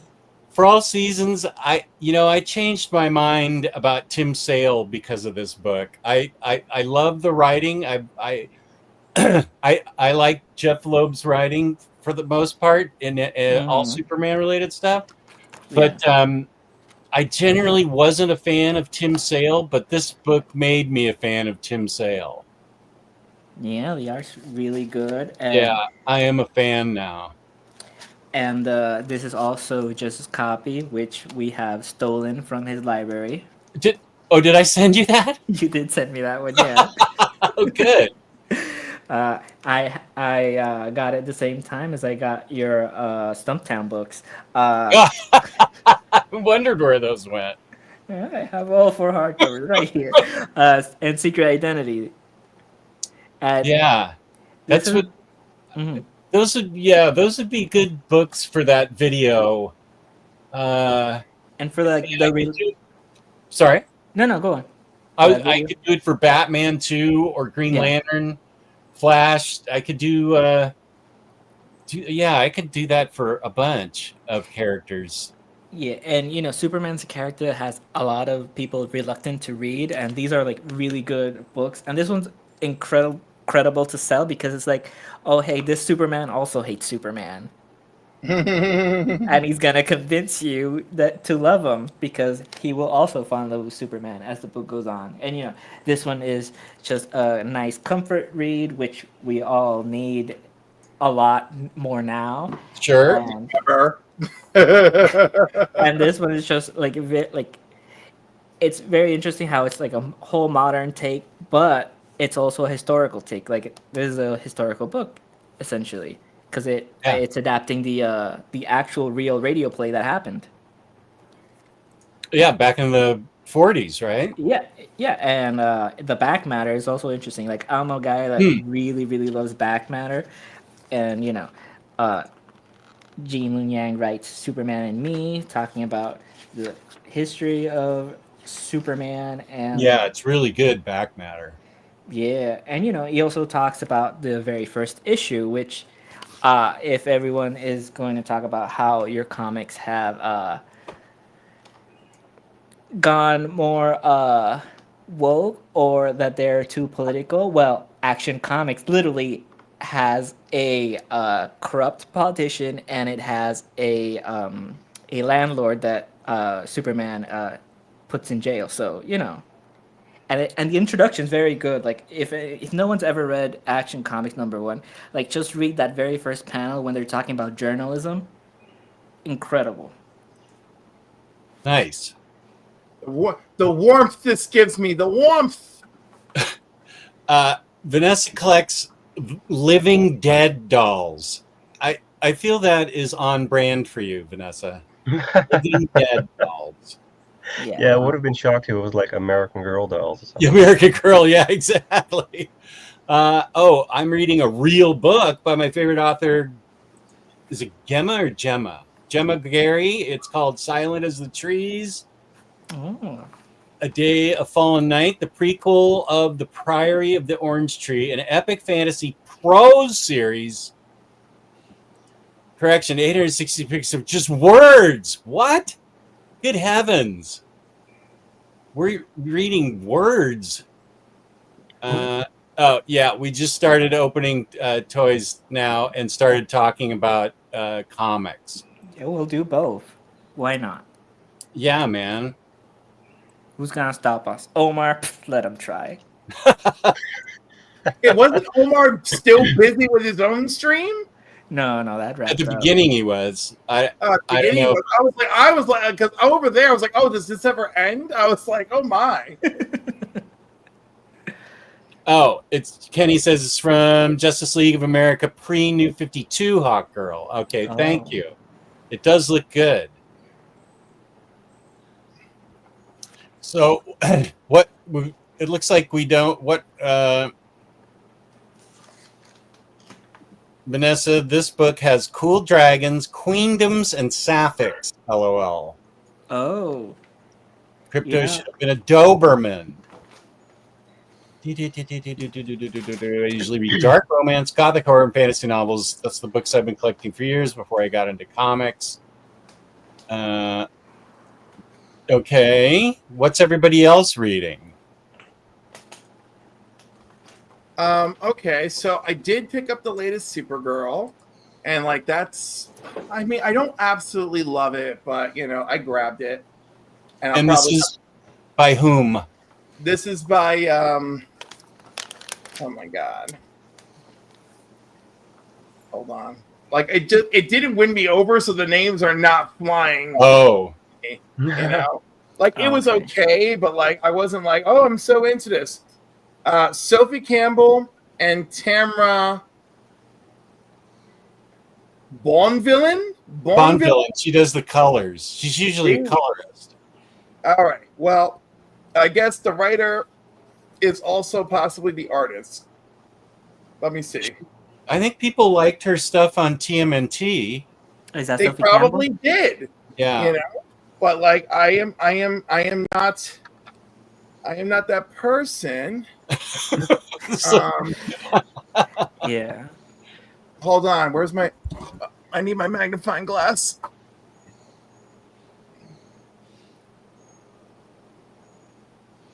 All right. Yep. Sophie Campbell, writer, artist, cover artist. So I'm not super crazy with her art. Oh, you're you not? know? Okay. But I guess it kind of works for what this is supposed to be. You know? Oh, can you make that big, Jess? Sorry. Thank you. Yeah. Can we see a little bit more art? Yeah, different pages. Yeah, that doesn't bother me. No, it doesn't bother me either, but like oh yeah, I actually like that art a lot. okay. All right. So you're the crowd for this book. I'm the target audience, yeah. You're the target audience and I'm the asshole. So Oh, it's all subjective. I don't think that's where I was headed with that. When I just said I like the art. no, it's okay. It's okay. I'm the a-hole. So like here's I did not say that. Okay, what now? Superman Unlimited. Who's writing that? Dan Slott. Oh, this is the Dan Slott book. Okay. Yeah. Dawn of the Emerald Era. Dan Slott is really good at doing family, so like he's nailing it over here. Okay. Oh, good. So and reading this, it makes me feel because there's a lot of Superman themes that have been set up in the last couple of years, right? And it now looks like with the Summer of Superman, it looks like each team is just going to take their portion and run with it. And this book exemplifies that, you know, in my opinion. So I think that's pretty cool. So that's my 2 cents on it. Nice. And then, oh my goodness, how could I forget Gwenpool? Oh yeah. Ooh, a Like, controversial book. why is Gwen back from the dead? And you know what? I just feel like the biggest fu to fans would just be for this issue. This year's go 12 issues, and in issue 12, the Weapon X program releases their new weapon, Weapon Ben, and you know Uncle Ben is back from the dead, and then we've just desecrated almost everything, and then after Benpool, when at the end of Benpool, then Weapon Marvel is revealed, and you know Captain Marvel is back from the dead too. Just throw it all. Just do it. Just trash everything you've ever stood for, Marvel. Just go for it. I will say though about the Marvel, I will never trust it because they've brought him back like 20 times and it's never him. Right, but I'm just saying all that's left is for them to just really do it. You know? No, because then someone's gonna come right on the next issue. It's just gonna be like, it wasn't him. No, because every time they brought him back, and they really didn't bring him back much. They resolved it wasn't him fast, except for the Captain Marvel miniseries, where it's at the end he realizes he's a Skrull, and he still chooses to just be Captain Marvel, and that's how he dies. It was really beautiful, especially the conversation he had with his son, Hulkling. Oh yeah. I need to see Vanessa's room for science. Yeah. I love the radio adventure time on Superman Smashes Planet. Nice. Yeah. Oh, but going back up, Bar, you should check out though. Batmanda's room tour. She recently did a tour of her library, and it is very good. I should put that in the chat actually. I think everyone should support Batmanda.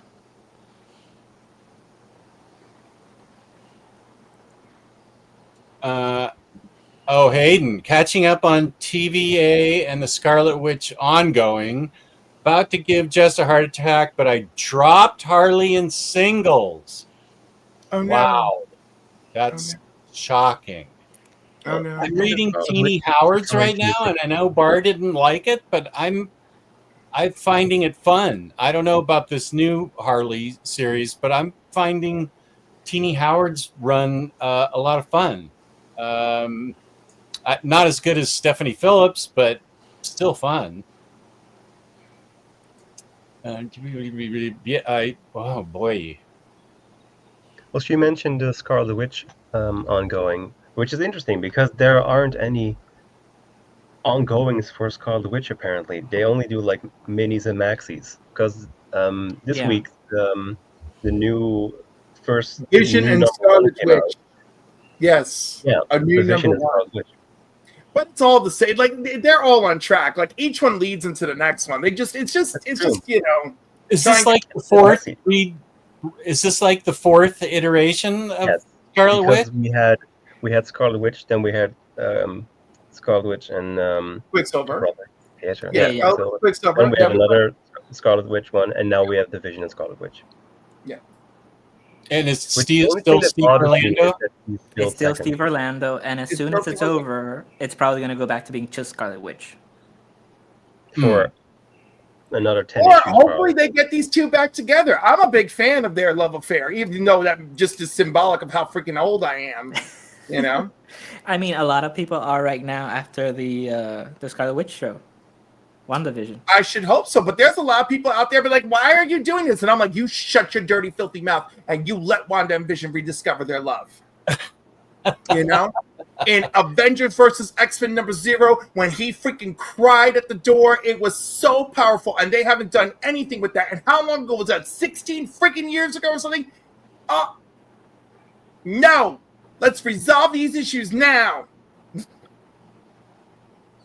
Yeah, going back a little, what Max said about everything being a mini series, that's essentially how those big two contracts work. Like they give you like 6 or 12 issue contract, and then if it's going well, maybe it turns into an ongoing. And same with like an artist maybe joins like a really popular title. It's like, oh, we have you for 12 issues, we have you solid year, and then either you renew or you leave. Yeah, but or with it's this Steve canceled. Orlando's Scarlet Witch thing, it's like they'll give it a 6-issue arc, and then they go back and rename it and renumber it. Well, and Yeah, start because all over again. it's because of his contract. And the thing is, his Well- book always sells just enough, yeah. and that's why this keeps happening. I mean, next time I see him in person, I'll probably grill him about it. No, don't grill him because it's I'll too grill full. him. I'll know Steve for ages. All right, I'll grill him. You know, but my first encounter with him was like so disrespectful, and like we've overcome that. We've overcome that. no, but it's like I a love it. twofold. It's a twofold problem. This happens to all the Marvel women where their single issues don't sell well, but their trade paperbacks make up for it. And then you have stuff like Unstoppable Wasp, where it used to cancel, renew, 6 issues, 6 issues, 6 issues, and that's exactly what's. I imagine that's exactly what happened with what's happening Iceman. Witch. Yeah, That's what Iceman as happened with well. Iceman. You know, poor Cena Grace. What now? There's a story. Cena Grace was like, "Look, I was just trying to write Wolverine," and they're like, "No, you're a queer writer. You're getting Iceman." Mhm. You know, at least the art started to get better. Yeah, so that's partially of like what we were talking, what Lou was asking last night about. Oh, why is everything like only 12 inch? Well, it's how it's designed, and it's a problem that we're not counting like, oh hey, Scarlet Witch has been doing, like, historically looking at the last 5 freaking paperbacks, it's been selling so well. Let's renew it. Nope, let's renumber it. Yeah, I mean, it's odd. Well, in general, with Marvel currently, it's very strange that there aren't a lot of titles that have like a high number of issues. Things like the longest running one right now is either Fantastic Four or Miles Morales, I think, and Yeah, that's Miles only in is like like the early 30s.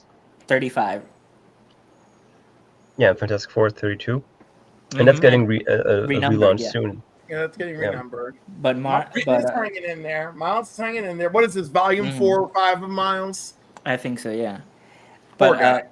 and other titles that are going for really long are like Moon Knight, but by Jed McKay, but it's been renumbered and retitled. So Yep. who knows how many issues it actually has been going for? I don't do math. Yeah, they'll have to do like a double legacy number thing.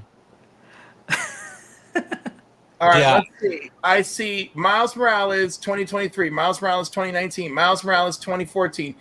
Yeah, these are all different series though. Yeah, I'm giving the year of Yeah. of each launch. Yeah, Miles has been running pretty continuously. It only stopped a little bit in between Bendis and Saladin. Yeah, this is it's happening out there. That's all I can say. Jeez. Goodness gracious. This is for Miles. Yeah, for Miles. Poor kid. And his book is the one that's consistently good in the Spider-Man universe. Miles. Oh, that's cute. Yeah, Freddie is your favorite, right? Your favorite Yeah. Marvel character. Yeah, I was gonna do a whole bit about how he wasn't because we were gonna do DC for Marvel, but yeah, Miles. I have a whole bunch. Like one day I'll get my Miles Morales shrine back up because I have a lot more stuff now.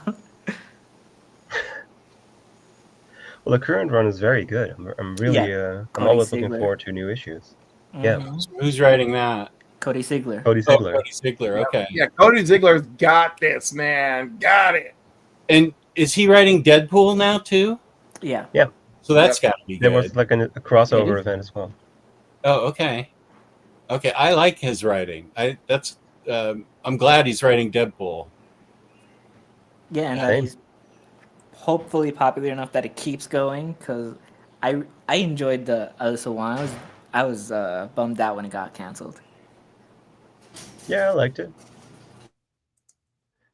It's also Wait, the first you liked time in what? ages that the Alyssa Wong run. Oh yeah. It's also for the first time in ages that we have a Deadpool run that went over like 6 issues because they I don't remember how long the No, Wong Scotty- run went.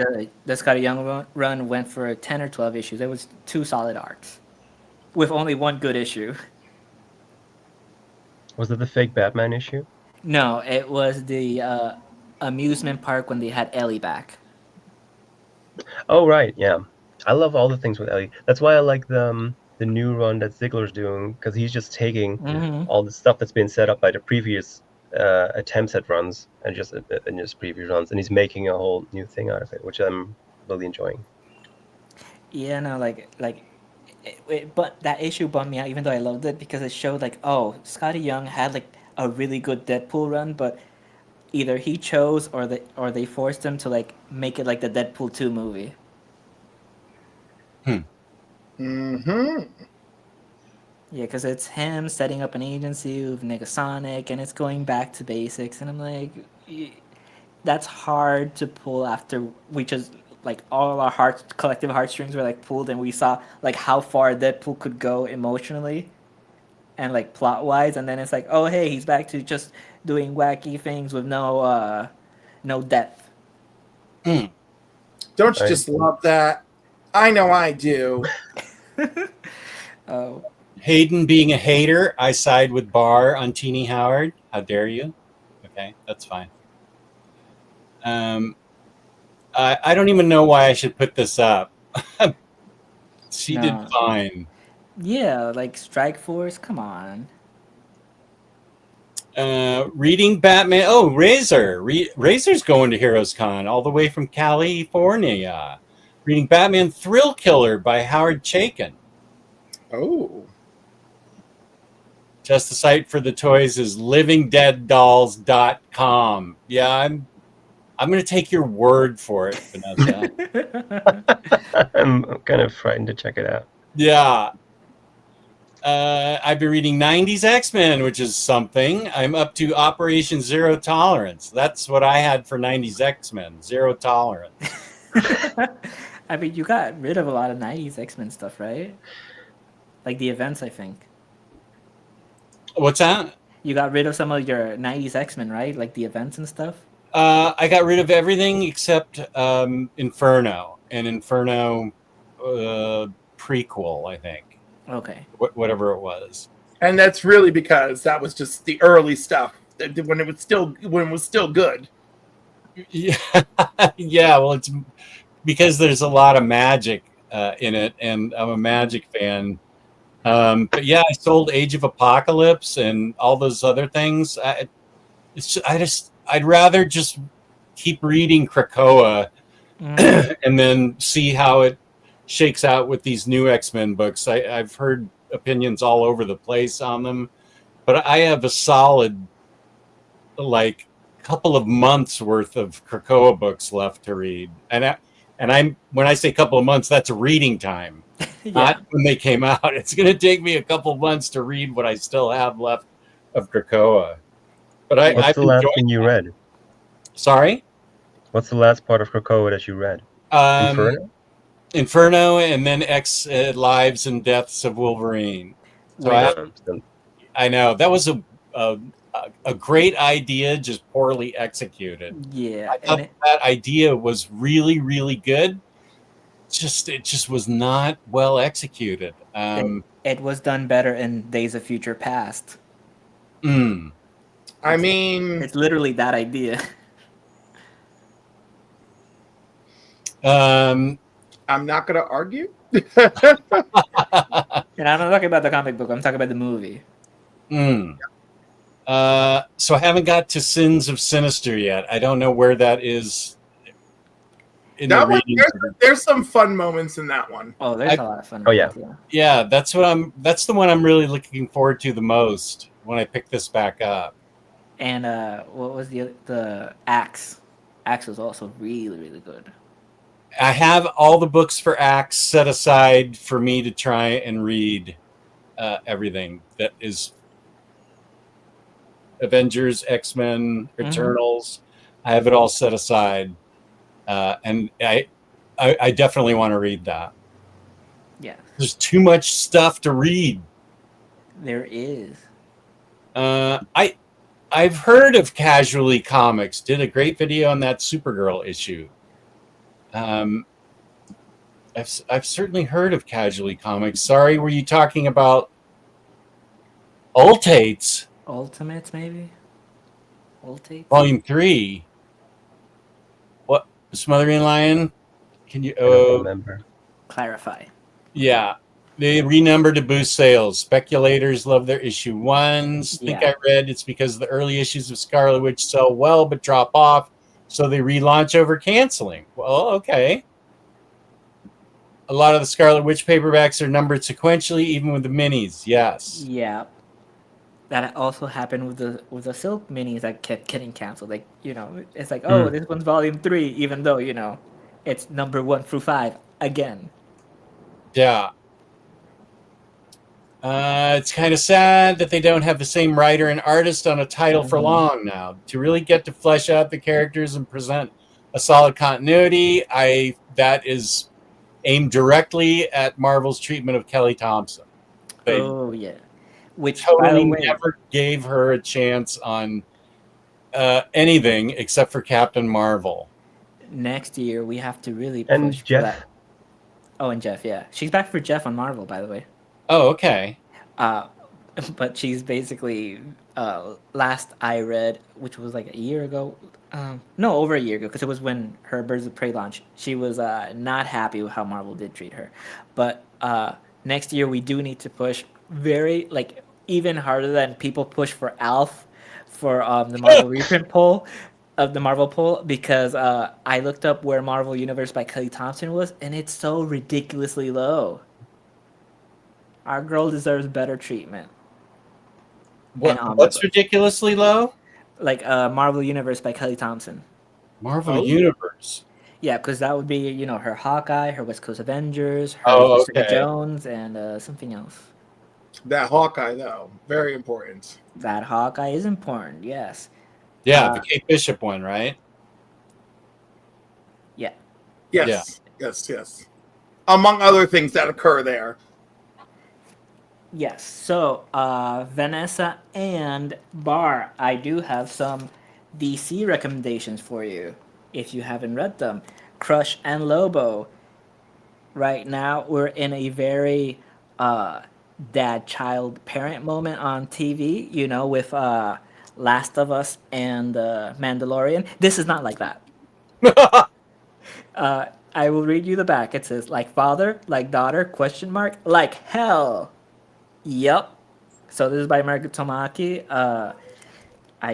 And Aman K. Nahalpan, the artist. It's very good. Like, look at her design. This How recent is that? 2023 maybe. Okay. 2022. Yeah, let me show off another cover. Like, look at that. That's cool. That's cool, yes. She's also featured in one of the DC Pride books. This one I am going to give away to my cousin soon because I am ridiculous. I buy these and then I get the hardcovers when they come out. Yes. Inferno's late 80s, I believe. Oh, that's why I like it, probably. I agree with Unstoppable Bar. Current run of Harley Quinn, 50-50. Good art, but could be written better. Oh, and Kenny, you're a Supergirl fan from the show. Have you read this yet? Bad Dream by Nicole Maines, who played Dreamer on Supergirl. She's co-written Dreamer a few times, actually, with Every time. Yeah, no, she's always like her. Like if Dreamer's there, basically her name is attached. Yeah, absolutely. Is that a young adult one? Yeah, this is a young adult one. It's digest sized. And did you like it? Oh, I loved it. I love everything Nicole Maines touches. Okay. Like she's very good, and you know it's kind of like Iman Vellani, very protective of her character in the best ways. Yeah. Okay. Yeah, because it has a goth girl.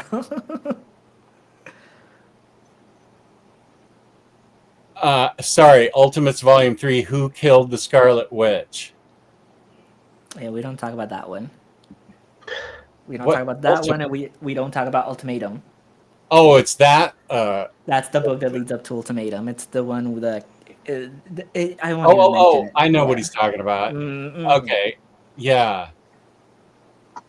Yeah, where they Love, were what are trying to you kill doing? the line. Yeah, all right. Yeah. Okay, I'm looking at this dude, and I'm not seeing where the tentacles go on the back, or the. I'm gonna have to look to see what the guy in my Discord did. How did he get these things on? There's no like support for on his back for any of these dudes. Oh, This is an unfortunately placed. It's his tail. I'm not sure what's supposed to go there. Maybe Oh boy. Huh. the stand, maybe, or is it that, or does that go on his feet? I don't know. I'm gonna have to go into my Discord and see how he put them together. Mm.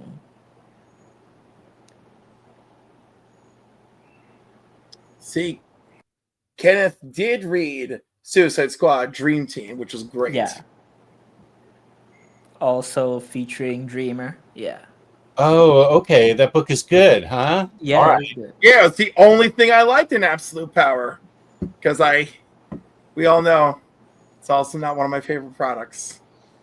Can I stay away from it and still understand what's going on in everything else, like all-in books and Yeah, the all-ins are jump-on points, so you don't need that. You know, I don't need absolute power. no, you don't need absolute power. But when you're reading Dream Team, I mean, like, you know, you got to at least understand the context of absolute power. But I can read that on the DC app. Okay. Yeah. Okay, good. I didn't read it. I just read this Dream Team. Look, Logan Wayne, I wanted to say thank you in real time for the Marvel Books for DC Readers video. That's awesome. I was the one person who asked you for it. I'm very appreciative. Yeah, sure, Logan. It made sense for me to do it since I did. And it's solid content. Solid. Solid. Thank you. Yeah. Uh-oh, here he is. Oh, Bunk is on the loose. Not a dream team, but instead the dreamy team. Thank you, Bunk. Should I send Bunk the link and have him join us? Listen, if we're gonna have a bunch of beautiful men, it's Bunk and Elon as well. Oh yeah, right? Elon. Oh my god, I'm so glad I'm so glad we have such similar taste. Is it the Puerto Rican in us? Is that what it is? You know, that we want. By the way, Freddie, go to Cliff on Comics, go to Comics and Cocktails with Cliff, and go watch freaking Bunk get naked and dry hump. No, thank you. Everything. No, thank you. No, no. It's you're not doing it to yourself. You know, I am a very progressive cis-het man, and I will very much be able to confidently tell you that man is gorgeous. I don't want to see him get naked. Well, he doesn't get completely naked. I know, but I don't. You know, things happen. And my God, the message. And you know what's so funny? The message of kids' birthday party. Well, then stay there. But the messages that I got in my Instagram DMs, they're like, "Who was that? Who was on your show? What is happening? What was he doing? Was he really going to take his pants off? Oh my goodness, I was so nervous for you." Oh, he did take it off. Kind of, yeah. You know? Oh my God. I mean, I had to force the stream to end. Hopefully, I won't have to do that when I have Elon on. I love Elon so much, and when he's like, "But Cliff, I'm so sorry, I'm straight," I was like, "Why? Why? Why is my Gator so evil? So terrible." It was a sad day for the internet. It really was. And that was another beautifully planned wedding. So. Yeah. That was also surprising. Like I've seen Elon in the chat for years, and you know I've always had like a good time chatting with him and replying to him, and then suddenly I see him and it's like, whoa, dude, like what the hell? That hair? Yeah. Someone told him to have beautiful hair. Damn. Yeah. He does have beautiful hair. Beautiful hair, blue eyes, the Welshie accent, and he sounds like a classy Welshie bitch. Not like you know. Oh no, he's anything but classy. Like him saying the C word to everybody, including his Oh grandma. no, not that kind of classy. I meant the sound. I didn't mean like. No, Yeah. I mean, my God, his grandmother demands it. They greet each other with the C word. That's hilarious. Max, have you been reading stuff? Yes, all the perverse messages Elon has been sending me, and just every He gets all very the creative. yes, he does. He also is very flexible. But no, I've been reading all the new Marvel releases every few Wednesday. Well, most of them. Some of them I've dropped because they were awful, and it made me very sad inside. So I stopped reading them. That's a true experience. Are we supposed to be reading World's Finest, the three of us? We You are. should be. None of us have because we've been reading different things. Oh, Yeah, I read Fear Agent and caught up with Harley Quinn. Very, very nice. Some DC.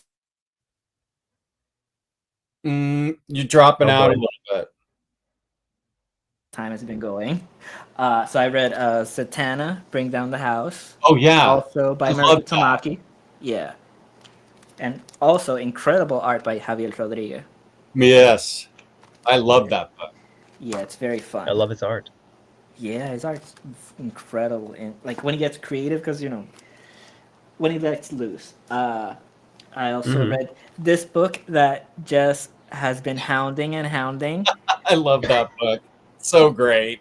I thought it was okay, but that's You my thought it was issue. okay? That's my The issue. freaking ultimate ring of power gets sent to the Planet of the Apes universe? It's awesome. I loved all Okay, of that. it's a Green Lantern ring, not the ultimate ring of power. Let's Oh, not it get was Well, the they had ultimate to ring. banish it to a different dimension, and it lands on Planet of the Mhm. Apes. And there's a my bit, there's a God. good twist at the end, but the thing is, I don't have the emotional connection to Hal Jordan at all. So every time he appeared, and then freaking Guy was with him, and every time that like they're together, I'm just like, okay. right. It's like, couldn't you repair them? Like, I find it much more interesting when Guy is with like Cut.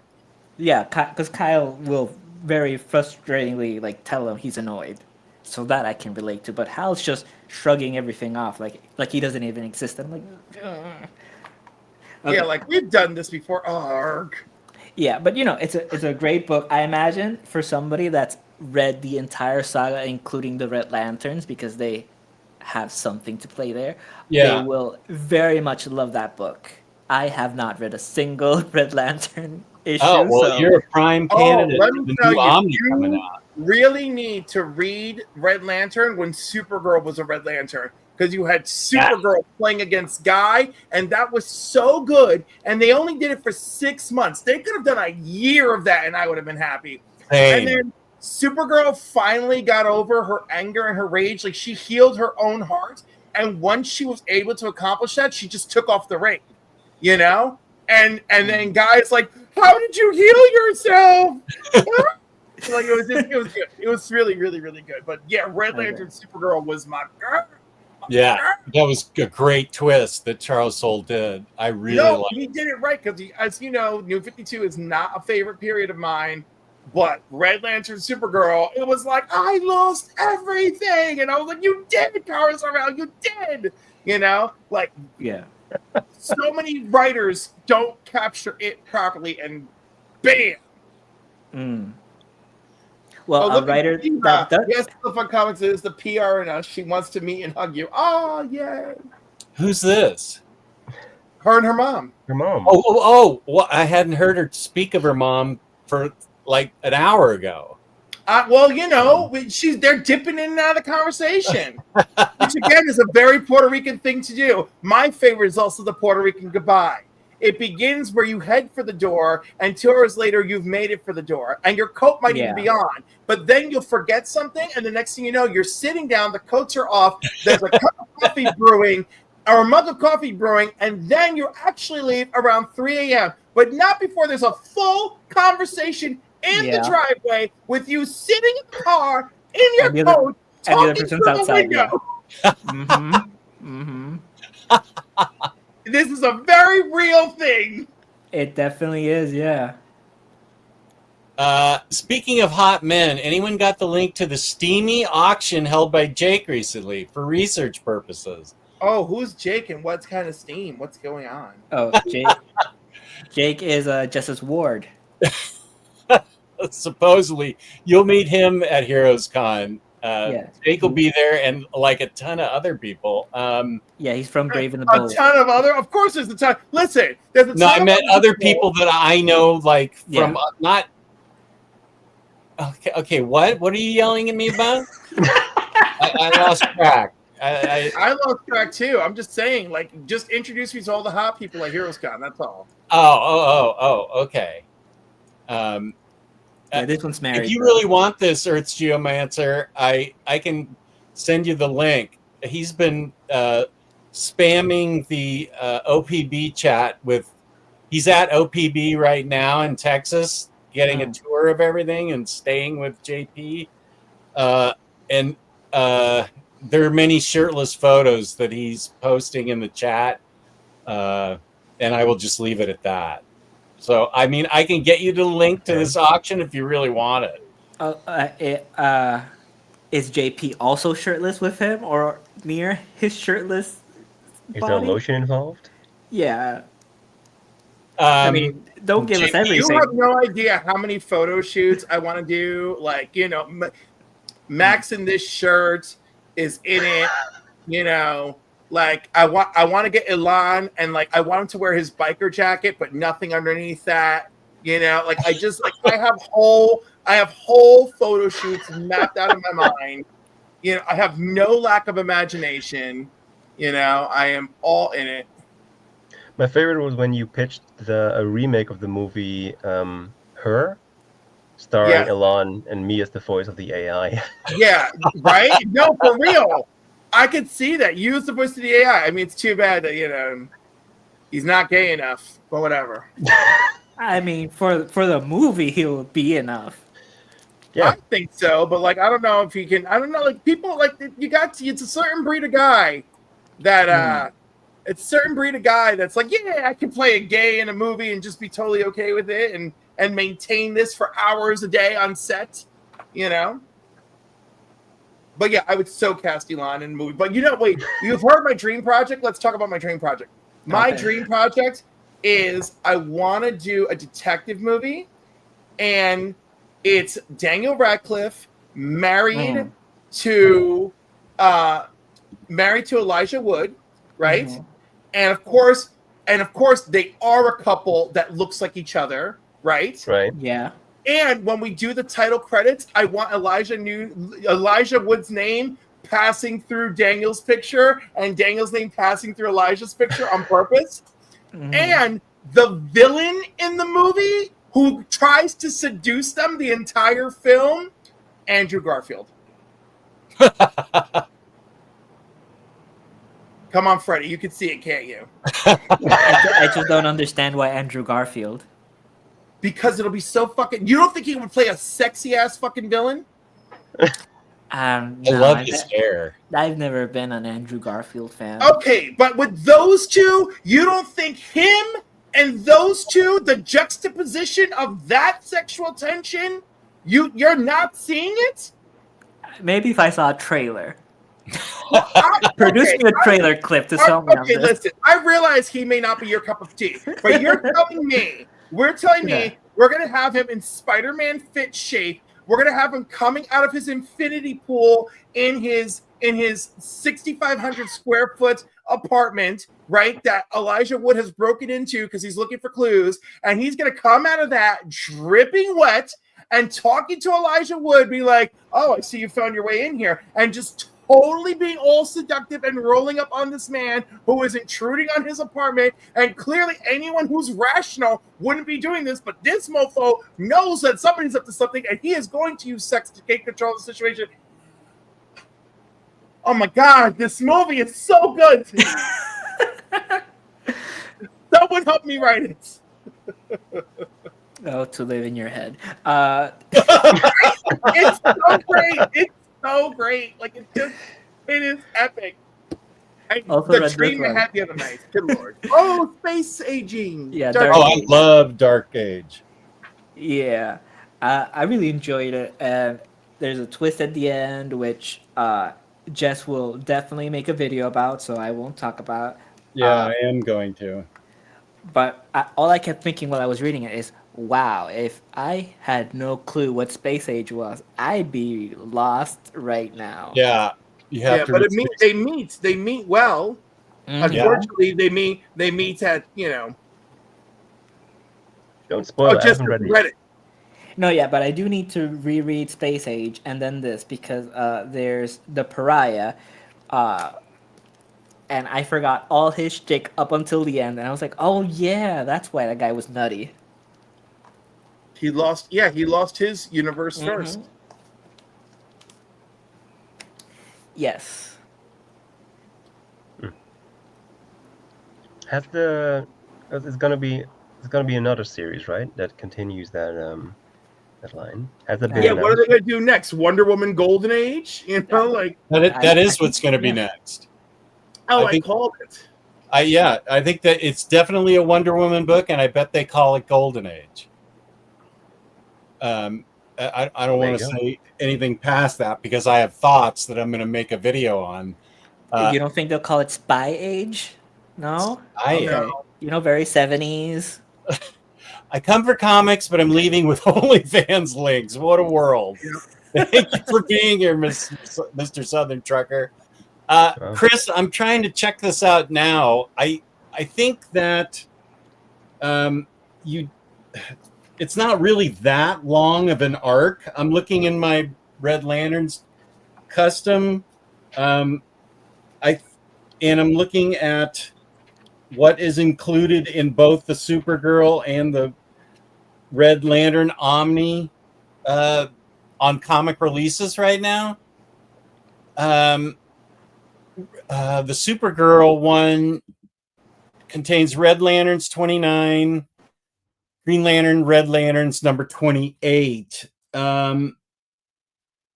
Okay, and so, but Supergirl 0 through 40, so that'll have Supergirl reborn as a Green Lantern.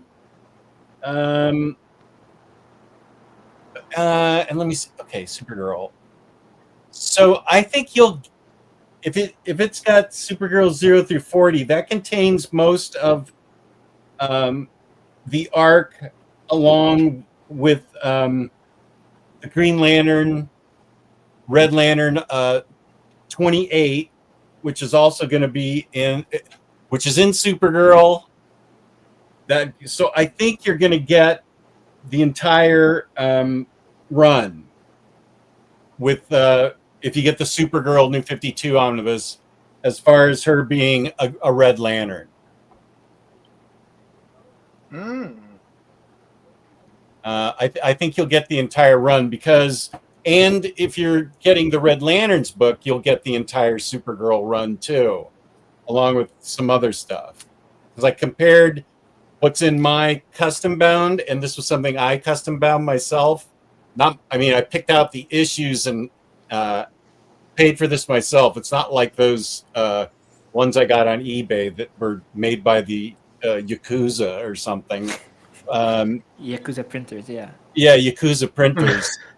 So those, I have what is going to be in the Red Lantern omnibus already in this. So you'll get her in the Supergirl one. are those from single issues or trade paperbacks? Trade paperbacks. Okay. Which is, wait a minute. Yeah, I did do trade paperbacks. I had them all. Yeah. So there's not any ads or anything.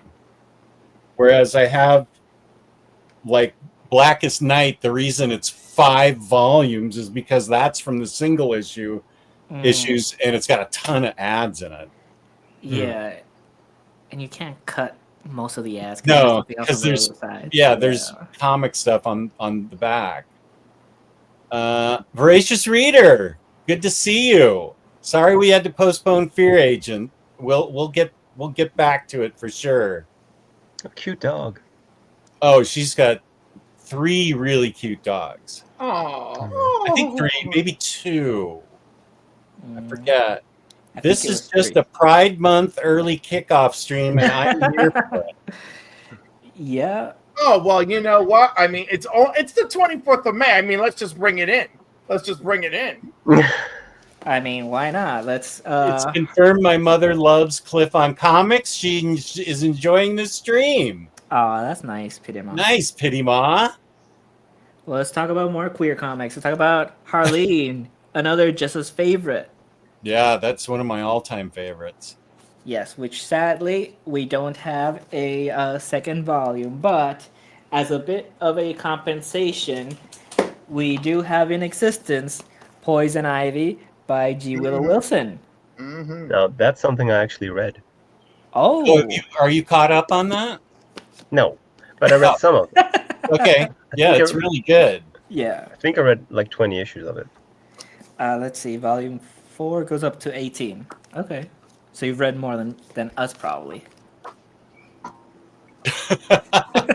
I'm really enjoying it. I think I it's just really want to cool. remind you, for the uninitiated, I got my two all-time Pride slabs right here. Let's see. Show us, yeah. Go ahead and show us. This is the Fan Expo Son of Kal-El #1 signed by Tom Taylor. Oh. Wow. Oh, that's nice. Oh, that's incredible. Very cool. Where did you buy that, or did you get him to sign it and then get it? I sent it in to the CGC signing, Oh, okay. and I bought the foil. That's the foil cover. Yeah, I've seen Yeah. that. Yeah. A 1 in 1,500, so they say. And then I bought this off the comic rack and sent them in together. Mm. Oh, okay. I His- haven't seen that cover. This is John Kent's coming out issue. Oh, okay. Wow, You what know, Tom and they Taylor and did. they almost fifth printing of this book is the page in the book where they kiss as a cover, and to my knowledge is still the only, and it's a 1 in 50 and third printing or something, right? And to my knowledge is still the only cover with 2 men kissing on the cover for DC, other than maybe Apollo and Midnighter. I'm not 100% sure. Mm. Okay. But love it for Pride Month with the Pride logo and everything. Yeah. I really like the Pride variants they do. Like I got for Matt, my friend that I stayed with for 17 years. I'm just gonna keep reading the number. Yeah, I got him a Nightwing where he's like on top of a flagpole that has the Pride flag. That's like, it's one of my favorite covers, and I'm always telling him you should put that framed. I sent you frames. He has other stuff framed. Mm. But yeah, let's talk about more Pride books. What about Birds of Prey by Kelly Thompson? Good. I have yet to read the second volume, but I am so happy with these. I also got some single issues of it, which, you know, we have a whole video of how we don't do that. I know. It's So I funny. have We need to two. do. Yeah, We need to approve. do an updated I one. approve. oh, we should do an updated one. I have two #1s. Nice. One's by Bacalo, and this one's by Romero. And then I had to get the Jim Lee Big Barda. This is issue 8. Yeah, 8. Oh, that's nice. Yeah, this is actually a cover he did during COVID when he was like doing a sketch every day. Oh, okay. Yes, and some related but not. I have Batgirl #1, the foil one, which are terrible to show in camera, but I love them so much. Is that Cassandra?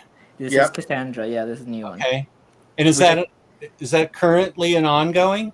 It's an ongoing, yeah. The first paperback is up for pre-order, and this is the only issue I've read. I love it so much. Okay. Who's Who's writing writing that? Is it Tara Bombal? Give me a second. Tate Bombal.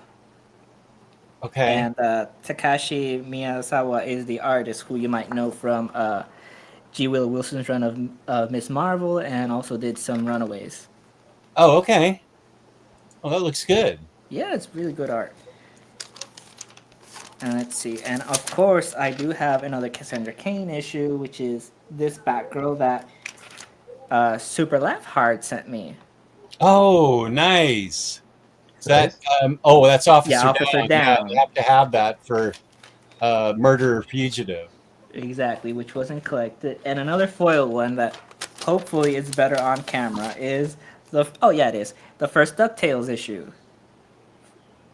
These foil Did you read covers. it? Is that the Infinity Dime one or no? No, this is from Dynamite. Although I Oh, also, Dynamite, of course. I didn't get the foil one for the Infinity Dime. I got the regular cover. Did you read it yet? Max asked. Which one? This one? DuckTales. Yeah. How was Yeah. it? It's fun. It's basically like the classic DuckTales. It's not like the 2017 one.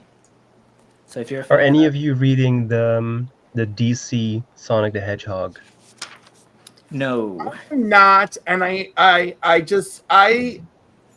can do fun sometimes. I just can't with this. I just can't. It's really good.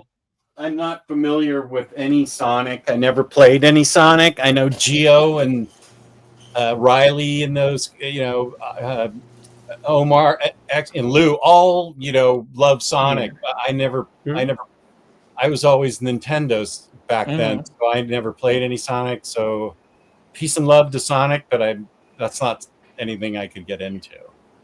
But if you like it, that's great. I mean, I do. I love it. It's one of the things I look forward to whenever they come out. I am such a, if you like it, I love it for you. I'm like that person, and I'm like, it still just sounds awful. I have Does it sound condescending? I thought it sounded sincere. It was like a little bit sincere, but like, yeah, no, I get it because it's the undertone is I don't care for it. I don't understand. Like I like Sonic in the context of Sonic's movies and Sonic's video games, and that's where Sonic lives in my mind. And I don't need him teaming up with the Justice League of America. I don't need to see Shadow dressed up as Batman. I don't need a comic book telling me that Sonic is faster than Barry Allen. I don't need that. I don't need that in my life. I don't need that. No. I think it's worth it only for the one panel that I've seen go viral, which is Shadow like confronting Darkseid. That alone, I think, makes the entire thing worth it. But I also how did that go? Surprisingly well for Shadow. But it's only because he's voiced by Keanu. That's it. That's his saving grace. Maybe. But I read the first two hardcovers from the new IDW run of Sonic because I was a Sonic fan as a kid, and I was like, oh, it's a new run. Let me read it. It's not a new run. It's continuing from the old publisher. It's the entire continuity, and everything that's happened matters. So I was so lost reading those. I was like, oh, why am I getting these? You know what's funny? I watched you on one of Jesse's streams before saying these exact same words. Oh, really? Yes. Yes. As soon as you said it, it came flooding to my memory. I was like, yes. Yes. But you're absolutely right. You're absolutely right. Yeah, I remember that. Now that you bring it up, James. Yeah, that was on our first. James is so great, but at the same time, he loves reminding you that you're old. Like he loves because my memory here? Yeah, because of your memory. Like he loves sticking it to you. He's like, you did see it before. And I worked really hard on that damn thumbnail. Well, Freddie and Max both know my collection better than I do. Freddie's like, you already have that. I'm like showing something off, Jess, you already have that. I'm like, oh. And then you screenshots of books that you have. Yeah. I'm still at that place in collecting where if I have a duplicate, it's still like really pleasant. It's a really pleasant experience. Like, oh my goodness, I have two of these. Oh, look, one's prettier than the other. And I'm like, well, the ugly one can go in a giveaway, or I could sell it, or I could trade it, or whatever, right? So I'm still there, but it hasn't happened enough for it to concern me. But I'm so afraid that we're going to get to that point where it genuinely concerns me, where I'm like, Why do I have 19 copies of Iron Man 148? You know? I have double bought things more than I think anybody else in the world. That's a separate video in itself of stuff that I accidentally bought. Well, there's some stuff, and I've already owned for like 5 years. I'm like, oh, I need to get that. Oh, I've had it for 4 years. I love it when you realize these things, like especially when I show them to you. Like last time was when we were talking about Fearless Defenders and the Fearless. You were like, what the hell is Fear itself, the Fearless? And then we showed you the cover and you're like, something in your mind starts clicking. Yeah. I love that. I love whenever that happens. I pulled Speaking those of, all out. And you did, yeah. Yeah, I pulled Speaking those of all calling out people and old, set them together. So Jess, I can did you read it. hear or see a clip of the last Evergreen stream? Well, the one that did yesterday, I think. Oh, The day Fantastic before, I Four. don't remember. One? Yeah, and the, one of the new panelists, who was a young lady, Mhm. Oh, she introduced herself by thanking Omar and saying that she grew up watching him. Ooh. It's And awesome. you could just see Omar's face going from. That's right, Omar. Someone grew up watching your old ass. It's happened. It That's the has best. happened. The time has arrived. Chris, thank you. I appreciate the super chat, and I'm happy that I could research it for you and help you with that. So I think in both books, Red Lanterns and Supergirl, they're going to contain the whole thing. Mm. I read Harleen for the first time ever on Sunday and absolutely loved it. It was phenomenal.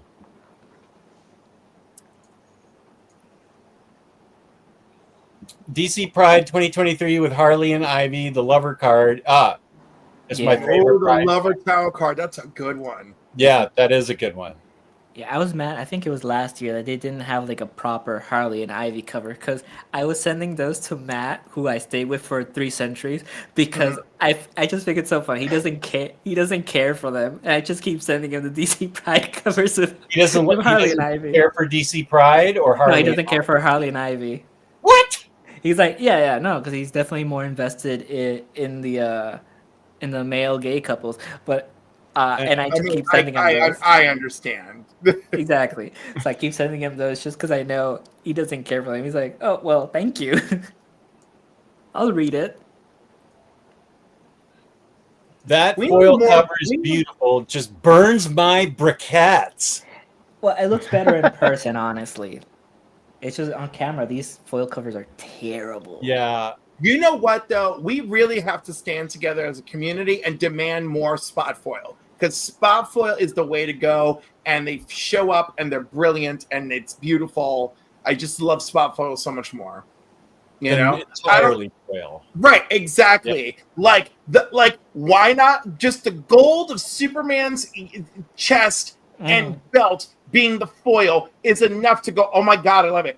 A Shazam cover where his cape and the lightning bolt and the band are that gold is foil. That sounds amazing. Like that, we need more of that. That's Psylocke #1. I haven't read Psylocke at all, but that's Psylocke #1. Spot foil with all the psychic energy everywhere. Beautifully done. Beautifully done. Where'd you get that? That sounds like a book I want to get. It came out just like a few months ago. Like you could still get it. Okay. Psylocke #1 foil. Yep, already found it. Someone's selling it for $12.99. Oh, okay. It's the Ricky Yagua pink foil variant. Ricky Yaga pink foil variant. Now I really want it. Let me write that in the private chat for you. Okay, thanks. Let me go look. I want to see what it looks like. Yaga pink foil variant. Okay. Thank you. All sorts of places have it for less. Now that I'm looking, You're on eBay? Oh no, I'm all over. I just did a Google search. Oh, okay. Let me share my screen. I love sharing. Yeah. James just shared one from Midtown. Yeah. So look at that. Make her big. So Midtown still has it. That's interesting. Everyone still has it. This is like not hard. Ooh, Oh, that is so cool. And so Yeah. All the pink is foil, and she is not foil. That's how you do it. all the pink is foil. Yes. That's really, really cool. Yeah, I'm going to search if Third Eye has it. Oh, Well, in case you're wondering, 616 has it for $6.99. You know. okay. Thank you. Yeah. 616. I bought comics. And from wait, that they've got to buy 2, get 1 free. Let's see if it's in there. Let's see if it's in there.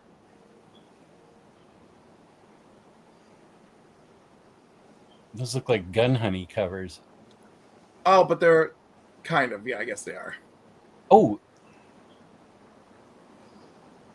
I like that Supergirl one. That's cool. This is the Zerty foil variant of it. All right, but we're looking for Psylocke. Oh, this is so annoying. Now we're in X-Men. I had to go to the end.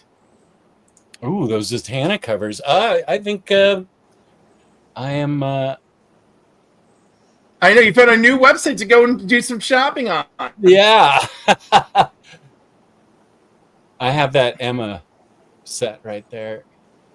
God, yeah, we're only in the W's. Oh my God, this sucks. Wow. That's a great cover of Wonder Woman Yeah, it's by beautiful. Akiyama. Oh, I love this Masafera. Wait. Yeah, Masafera. I love it. I have every version of it. And I'm not even a Wolverine fan. I'm like, I love Masafera. I love him. Veronica. Oh, now we're really gonna get demonetized. Don't worry. Vampirella's never demonetized anybody as long as her nipples are covered. You know what's going to get people demonetized is it's not because I'm going to be a nice person. But when I start go schlepping my book on every show, people are going to be like, "Why did you make these covers made?" I'm like, "Because someone needed to." Very true. I imagine. I don't know. Well, I'm doing a story with public domain Golden Age characters and my own characters spun into it. And of course I want there to be risque variants because I want that, the story itself is more violent than risque. So what kind of Steamboat Willie story is it?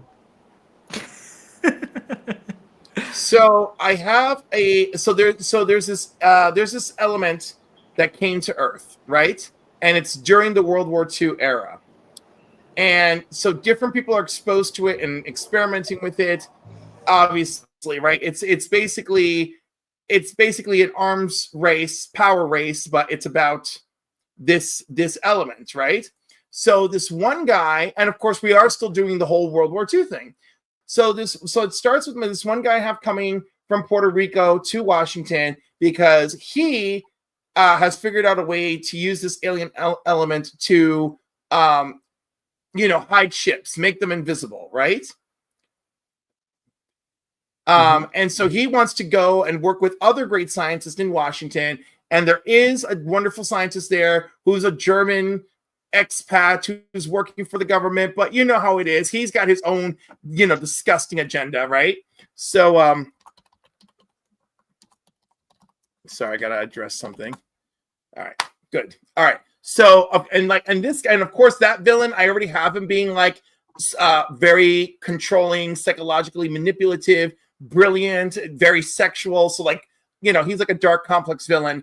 But he's doing his experiments, and that guy, and there's a guy they've already performed experiments on, and he's a Human Torch kind of character. So he already is raring to go. He's the first success in America, right? And so the two of them have they have an office flirtation going on, but the doctor, the lead scientist is really into him, really, burying his claws into him, and they're having their own little thing. And then he realizes that this guy is stealing his work And there's a big accident. This is just the opening mini chapter of my first anthology book, right? So they get into a huge accident, and the combination of experimental things are all in this fire. So the Human Torch guy is like, as far as I know, fire shouldn't bother me. Even this experimental fire, I've already survived one of these experiments, right? All right. Oh, you're on the Psylocke now. Yeah, finally made it to Psylocke, and none of them are the foil. Wow. Okay, bummer. Okay, That's sorry to interrupt your pitch for your story. Well, so the accident happens. It triggers Monolito. His real name is Monolito. They just call him Manny. So he gets his new shadow powers, which I thought was a nice contrast to his like boyfriend character being like sun powered, right, or solar powered, fire powered. And then the villain gets away, and unbeknownst to them, he now has matter manipulation and immortality because of 2 different experiments that he had going on in there. And so our last look at him in that final chapter, he escapes to a private laboratory that he had been creating for himself all along. And then we do one story with the fire guy, one story with the Puerto Rican shadow guy, one story of them meeting after their adventures in the Bavarian mountains, and Jess is moving through the house. Yeah, I'm gonna make a cup of coffee right now. So Nice. we just have them hook up at the end, and then of course their 2 little adventures coincide to like for something dark and shadowy happening, in the distance, and then there's my cliffhanger. Cliffhanger. Yeah, of course, absolutely. Of course, trademark. Yeah. I can't trademark that, but I'm gonna use the hell out of it. And when's this thing? When are you? Who's gonna draw it for you? Well, I got to do it myself because most people like my pitch, but don't want to produce something gay, and like it's really upsetting that there's still so much that. And then there are people out there who probably would be willing to do it, but then like they want me to. Then I can't use my own people, So now I'm paying to work with people who aren't the people that I get to choose. So. Too bad. Right.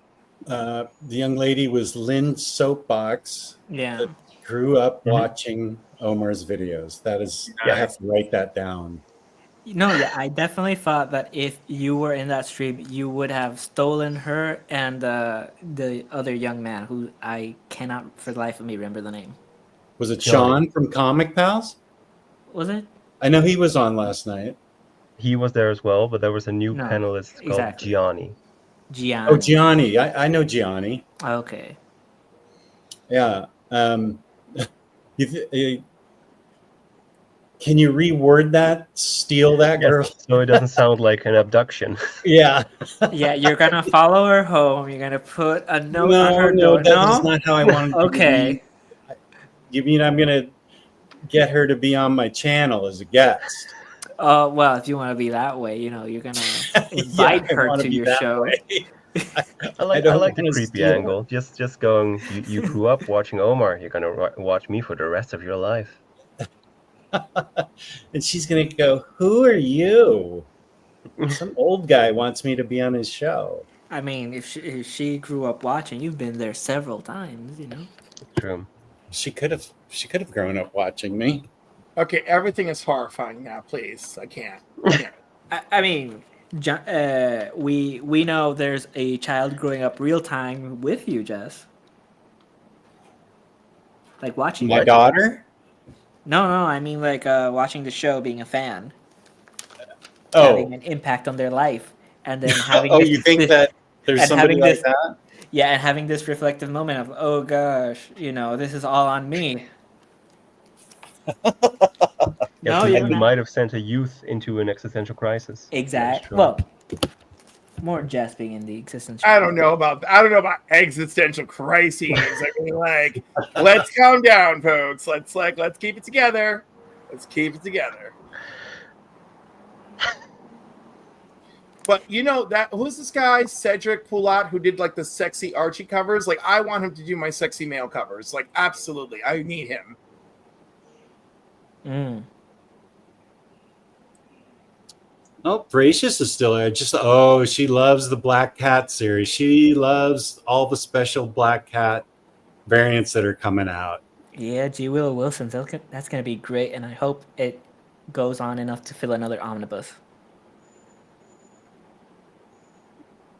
In my opinion, Neil Adams' iconic vibes from Kryptonite Nevermore cover regarding the Psylocke foil. Oh, wait a sec. She had a question for you. Her mother had a question for you. Pity Ma. There it is. Question from Pity Ma's mom. Any Betty Boop collections in trade paperback or Omnis?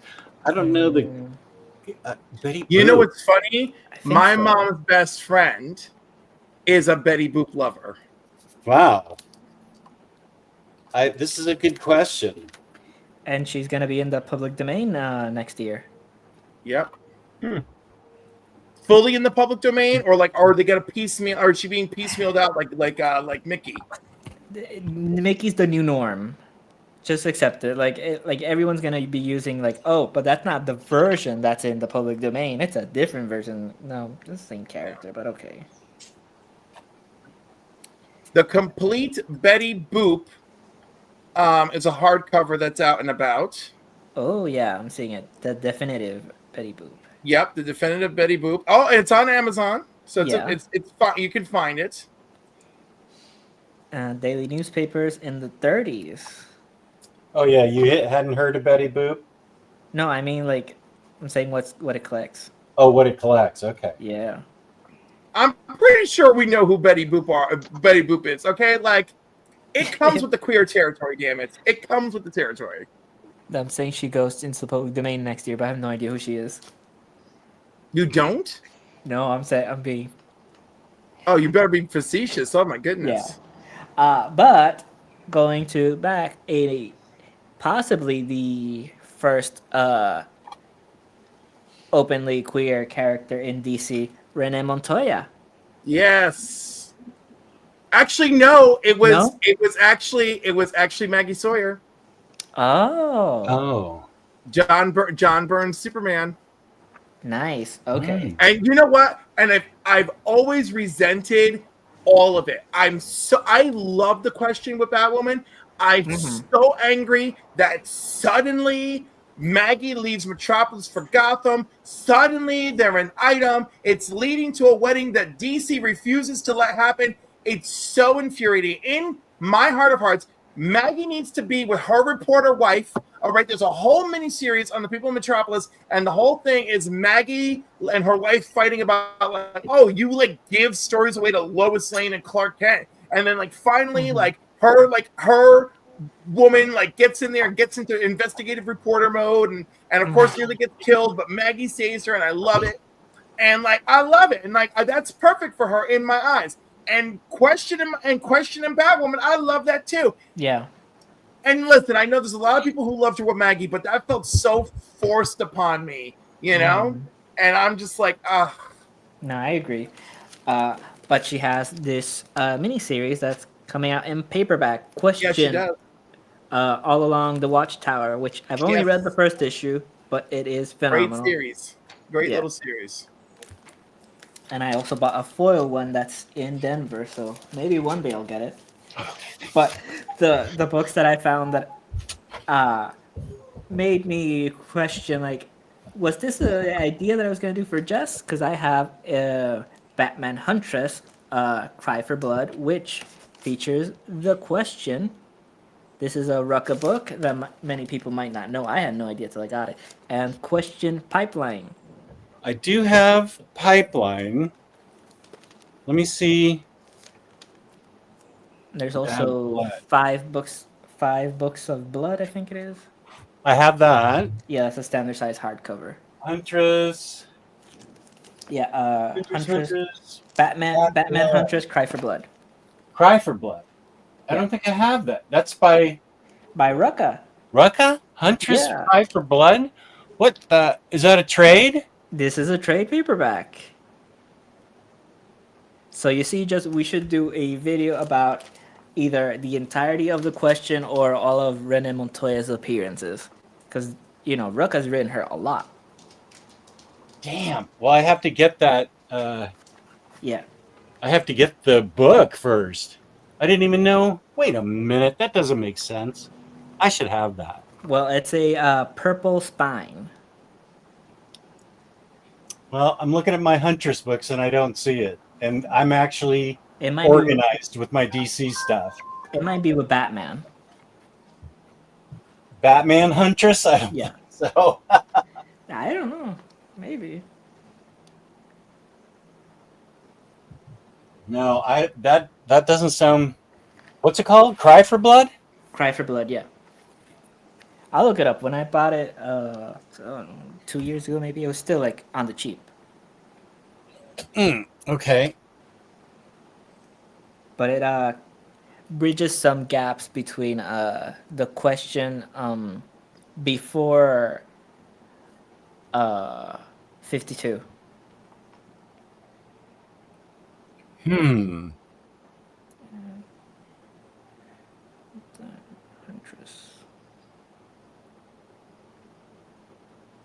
Oh no.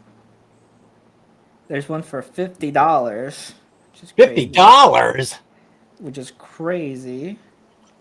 And then this one's not expensive, but the shipping is a lot. I don't know if that's because of where I am.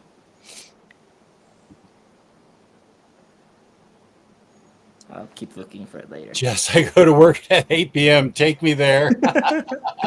Another No. 4 hours? I don't think so. Oh, you know what is another good DC book for Marvel people? It Gabe is Union? The Flintstones. Oh yeah. That is a good one. Yeah. Like it's by Mark Russell and Steve Pugh. Let me look for an actual good page. Ah, here we go. Let's show some nonsense. Wait, let me highlight you. Because this book is great. Oh, this book is great. Yeah, I should have thought of that. Well, you were going for Omnis, which, I thought that Yeah. might have been the point. But That's you know, true. DC has so many good deluxes and absolutes to pick from.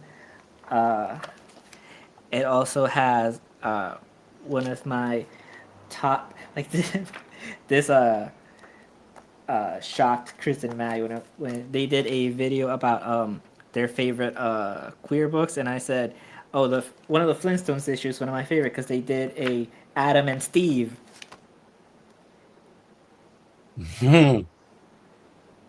Adam and Steve. Yes, this book does a lot of social topics because it packs so much in every issue because Mark Russell, this was after the Prez got canceled. He was signed on to do 12 issues of that, and DC canceled it at 6. And then he was like, oh, that can happen? So, being under contract again for 12 issues, not believing that it might actually run for 12 issues, he just packs everything that he fought.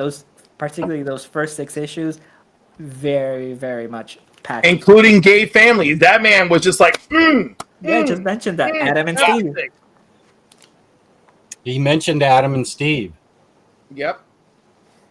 And if we're going for commentary, Uncle Sam, which I think just got a reprint. I think it did Heavy too. commentary there. Heavy. Yeah. Yeah, like Alex Ross and Steve Darnell did not play around. It's more, if you're missing more early Alex Ross, like, holy crap, this book is incredible. It's only 2 issues. But they're oversized. And well done. Yeah. Oh, look at that. No gay rights. Talking about Adam and Steve right there. There it is. But this is a different book. This came out decades before. Oh, but speaking of decades before, from the 90s, the Milestone Compendiums. I don't know if you've been reading these, Cliff. I haven't been reading them, but I have most of them. Oh, okay. Because I was very surprised reading which one was it? Static. No. Um, crap. I don't think Blood Syndicate. Oh, Blunt Syndicate. Okay. Yeah, Blood Syndicate. Because it feed like most of the characters there are gay. There's a trans character, and I was very worried when it started happening because thinking about the timeline, thinking of when these were released, I was like, ooh, this could be bad. But no, it's handled really well. It's handled even better than some of the stuff I've read now. Right. Yeah. Yeah. Yeah, like it Well, was because so, there's something about writing something well, but honestly, yeah. right? And like I think that's what we're missing now. And like Yeah, it's a struggle. so these were done so well that my favorite writer, I thought it was gonna be in Static because of the nostalgia from the show. I thought it was gonna be Dwayne McDuffie because I've read a lot of his stuff, but no, it was actually Ivan Velez Jr. Like even his Static issues, because they switch around who does Milestone a lot. Like he consistently was some of my favorites. So I went to his website, I bought stuff from him, and I left a nice comment saying like, "Oh, I loved all your old stuff, so I'm getting some of your new stuff because." Big fan. I bought a shirt, and then he was nice enough that he sent me some signed comics because of my address. He was like, "Oh, Puerto Rican, nice." Oh, very nice. Using that PR card. After so many drawbacks, but Yeah. but hey, I got a signed Powerpuff Girls out of it. That is awesome. Oh, that is unexpected. Yeah, but if anyone's worried about these huge chunking books, don't be. They're very well done. I've read them twice each, and the only thing I can say is like they don't have crease lines, but mine have been eternally curved. Oh, interesting. It doesn't bother me because they open up really well, and they don't Yeah. like if it had lines that'd bother me, but this weird curve, it's fine. Yeah. No, the spines are fairly strong. Yeah. But that's it. Like they're like you could reread them. They'll take a beating, but it's not going to be necessarily pretty. No, it won't be. It won't be straight. But hey, that's Milestone for you. Who is? I don't know. Alon. Yeah, Alon. Anybody that I want automatically right there. Mm-hmm. What is it? Or if I could have them, they are at least 2,200 miles away from me, because that's the way it always works. There's Dana. How you doing, Dana? Dana. So I think DC is out of their no one can be happy era, but it's a shame it came too late for us to get it completed. I 100% agree. Oh, definitely. That No, Marvel is doing the no one can be happy era. Jeez. That's true. What is it with them? I do not understand. Do they not like money? Like, what is this? I have heard. I think Peter M is the one that told me just in what a bad spot Marvel is in right now with everything. It seems like what are the things that you think is wrong with Marvel right now?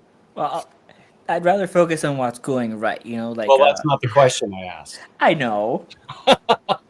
MJ and Peter Parker, number one. Right? Yeah. MJ is Venom, which Venom #7 addressed a lot of my gripes with that. So thank you, writer, for being considerate about what actually is going on out in the world. Is that Ewing? I think that's Ewing. Yeah, Al Ewing has a clue. So when we discover that MJ is Venom, it's 6 months later. So MJ's had time to unpack, right? Yeah. Issue 7, we go back, and it's before she's had time to come back, and she is not okay. And I'm like, this is what I needed. This is how you write it. Yeah. So like that was cool, but I don't love that. I still don't love that whole thing. Yeah. God, there's so many characters that they abandoned that they haven't used properly. I mean, that's an issue with Marvel. I wish they had. I wish they had more faith in some of their staff. Yeah. And when's the last Just time we looking at had? the X titles is pretty tragic. I mean, the Oh my god, titles the that got X canceled. title relaunch. Okay, I realize that not everybody loved Krakoa, but the Krakoa era was more so than not well executed. And now the only one who can put out a coherent book is freaking Gail Simone, right? Well, And I'm like, that's just objectively incorrect. But please, you can no, go on. I'm just saying, like, Other than listen, that. I still don't love it, but her book is decent. Like, NYX was pure trash, you know? Yeah. And they had what's his name break off camera, off screen with Speed, and I was not I was not okay with that. Not okay. But yeah, I NYX really enjoyed the current Storm book. That's a really the good current one. Storm book, fabulous. And I think you know what? The two books that are knocking it out, Jean Grey and Storm. Those books came out of the wilderness and was like, "Don't worry, the X-women are here to save you once again." Typical. I think the X-Men by McKay. Yeah, that one. Oh, Jim is McKay. good. But again, but that took a few issues to pick up steam. But once it got going, I'm really enjoying it. It's one of the best ones, I think. But the moment, but it's not killing it. You know, it's just giving me good moments, and I like good moments, but I want good moments in a great arc, and it's an okay arc with great moments. I know being a little particular. How are Magic and Psylocke? I think Magic had a very, very strong first issue, and then kind of dropped off and became a little too YA for my liking. Psylocke, almost immediately. Yeah, well, pretty much after the first issue, it kind of had a pretty big tonal shift. And Psylocke, I am enjoying because it's basically a horror book, which I am liking. Okay. Yeah, James is saying he thinks Exceptional X-Men is fun. That's by E-Viewing, right? Yes, that's the book starring Emma and Kitty. Yeah. Oh, okay. With the other new students. Yeah, it's one of the New Mutants books that are currently going on, just like Uncanny.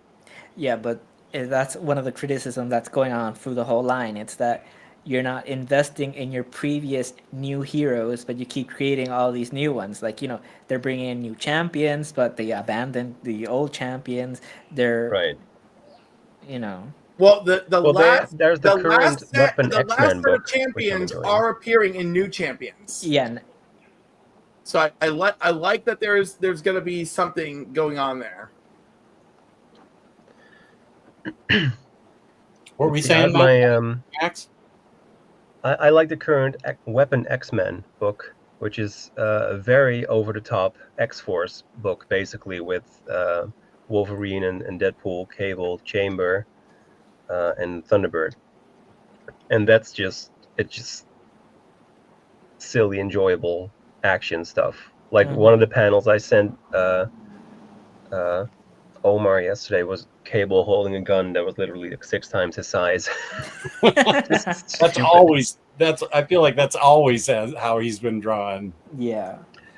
Jess, can you look something up for me and share your screen, please? I promise it's not vulgar. I don't know that I can share my screen right now. Cliff has been able to. Oh, right. Oh, Cliff. No, I'm not. I put it up and then he shares it.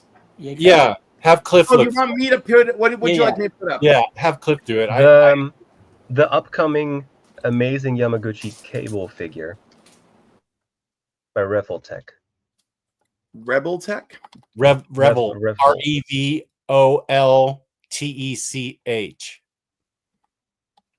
Because I think that looks awesome, but it's also Cable? expensive. Yeah. All right. And I got to find it on their website? I don't know. It could be could it be on Big Bad Toy Store? Maybe. Who's HLJ? Maybe. Hobby Lobby Japan or something? Hobby Link Japan is the one I found it on. Okay. I think they're okay. I also don't know, but Yeah, that's the one. We have It cable. looks so cool. It has like the dagger, and it has a big sword. Oh, there's a big sword. That's Look cool. how cool that is. We The got big eye energy. effect. We got energy fields. Oh, I really, really want to get that one. It's so cool. it is really cool. And I'm a big cable fan, so this to me is just like I need it in my life. Yeah, it's so cool. That's a big Well, I price. don't even think I knew his eye could do that. Yeah. What is he doing? He's being awesome. He's being a badass. Some kind of psionic blast, I think it was his eye. Oh, whoa! Look at everything it comes with. Wow. Right. Look at Is this those. out now, or do you need to pre-order it? It's No, coming out pre-order next for year. next year. Oh, it's for next year. Yeah. Oh, lock that price in. Oh, well, you're in the Netherlands. You guys are civilized. We'd have Don't to go that far. And no, I think it'd probably still get passed on to us, even if we locked the price in. Yeah. They would just ask for more money. Pretty much it'd be like, hey, give us more money, you don't get it. Oh, you got Harvey Comes Peacock's with feet all together. this. A display stand, 2 barriers. Oh, sorry, 2 barrier supports, 2 barriers, the greatsword, the knife sheath, the knife, 2 handguns, 2 handgun holsters, 2 large guns, 2 eye effect parts, 6 interchangeable hands, 2 interchangeable faces, and of course the main figure. I mean, I'm down. Of course you are. The previous one, almost $300. Yeah, That's insane. painful. Wow. Oh, look at this familiar guy. Oh. He's a slightly different color than Oh, mine's Agent Anti-Venom. Who is? Yeah, this is just Agent Venom. Oh, Agent Venom. Okay. I don't know him. Yeah, I'd like to see how they got the tentacles to work and back. I did find 2 holes in his back, but I don't see Oh, where. boy, I'm not gonna- Whoa! There's okay. I They just found spotted the 4th. Okay, everything's okay. I did locate 4 holes in his back for those tentacles, and not his backside. Yeah, I bet you found those holes. Hey, relax. Sorry. I'm such a bad influence. Yeah, sending Freddie off the deep end. No, it's just you haven't seen me in private time. Okay. I don't even know what's left of me in private time. I don't even understand. I don't even know. It's just bad. It's bad. Chris Brogan, did we mention Far Sector? Because that was a good read for me as a Marvel fan. Are you more? Far Sector is good. Far Sector is really good. Yeah.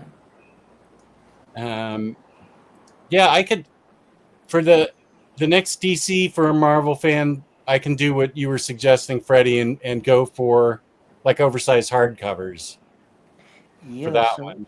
There are a lot to pick from, and some very familiar names like Daniel Warren Johnson. Oh boy, it sounds like I better consult you before I do it, or I'm going to forget and leave things out. No, but I also brought some stuff that were recommendations of yours that I haven't read. I was going to ask, is this a recommendation of yours? Why do I own this? I don't know. I bought it too, but I don't know. I only heard from somebody that it was a couple people that it was good. It is pretty good. Okay, good. Yeah, no, I didn't recommend it because I haven't read it yet. So Did I accidentally recommend it? Anyhow, we gave that away as a council giveaway, the whole thing, and many other things a few months ago. And the guy who got it was like, I actually love this. Like, as soon as I opened it, it was amazing. And I'm like, yay. So nice. it became it became this circular recommendation Yeah. where Phil's like, I bought it for the giveaway because I love this story. And the guy opened it and was like, I never saw this before and I loved it. And then it just became this Awesome. word of mouth thing. Nice. So, Max, you should read this before World's Finest is what I'm getting out of this. I'm kind of keeping a list of all the stuff that's been mentioned that I'm meaning to get to. And I think after this stream, well, first I'm going to watch Doctor Who probably, and then I want to read Dark Age. Have you read Yeah. Space Age? Yes. Oh, okay. Yes, I have.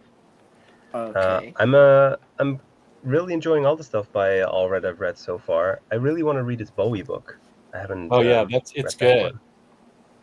Yeah, I really Did I like ever tell you I went to the Bowie exposition at the museum? No. A few was it? years ago. Well, it was in a city, well, basically near my parents' place. Anyway, I went there, and the museum was just full of stuff owned by Bowie. So you would have like his outfits and all that kind of stuff. You would have sheet music he wrote. There was a heroin spoon, a lot of Bowie stuff. And then For real? Or are you making that up? Because I could believe for either real. way. For real. Okay. There was like his outfit from when he did the Elephant Man, the play, I and remember that. and then I went to the exposition, and then a few days afterwards he died. Like, Oh, this was before he died. yes. Oh. And the exposition was there for a few weeks, and he died basically like in the middle of it. And then I went again because they like added a few things or whatever. Mhm. It was really it was cool, and I bought some books then because they had like at a gift shop they had like different books, and it was just like a prose novel about Ziggy Stardust basically. But it didn't have the All Red book then. I'm not sure which year that came out anyway, but I really want to read that. No, it's fairly recent, like 2023 maybe. Oh, really? I think I may have it right here. Yeah, I do. Yeah. This is something I should take to have him sign. Oh, forward by Neil Gaiman. That didn't age well. Dude, did I ever tell you about the worst forward I have on one of my books? It's not a comic book, but it's one of my favorite musicians, George Benson. Mhm. He put out an autobiography a few years ago, and it's still because I bought it like on day one, and on the cover it promptly just says "Forward by Bill Cosby." Oh. 2020 it came out. That's hilarious. But I also have a foreword by Bill Cosby in one of the Peanuts books. Really? Yeah. Wow. What does it say? This book will put you to sleep? I'm not sure. Most of them are still sealed. This book's a knockout. Yeah. I don't know what hit you. And I have so many. This book's a knockout. How wrong? I know. Sorry. Oh, do you know this story? Gilbert Gottfried, when he guest starred on The Cosby Show, there were a bunch of Asian models that were going up to his to Bill Cosby's trailer, and he's like asking like, "Hey, what's going on?" He's like, "Oh, he's tutoring them." Tutoring them. Yeah, and Gilbert, everyone believing he was such a mild-mannered and beloved entertainer at the time. He's like, "Oh, that's nice, interesting of him. Okay." Wow, I never heard that. Oh yeah. Let's not go any further. Godfrey had a very interesting podcast. Is all I'll say.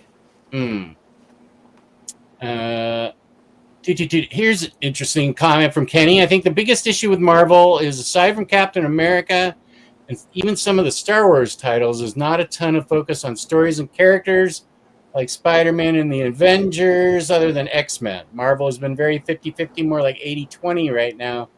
DC is so much better at the moment. Yeah. I've heard good things about the Ultimates line from Marvel. I haven't read those Yep. until they get collected.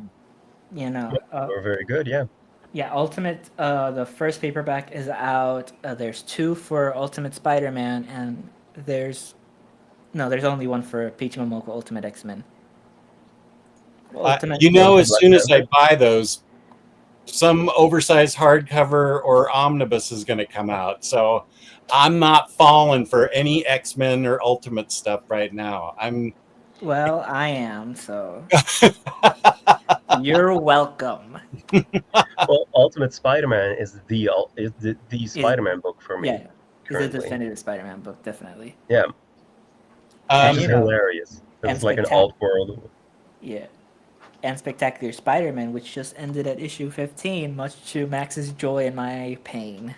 Oh, Well, so I you really didn't care for enjoyed Spider-Man? the first half of it. I thought it started off really well, and then it just kept getting cluttered with stuff that I did not care about. Because I want to read the book because I like seeing Peter and Miles interact, and then there's a whole issue where they get shrunk down, and there's like a whole like a rumble in Fairy Town, and the only thing that they do is like stand there and go, "Wow, these fairies are crazy," and then that's the end of the issue. This is very bad. I'm up for seeing fairies fight. I love the Land of the So- Fae.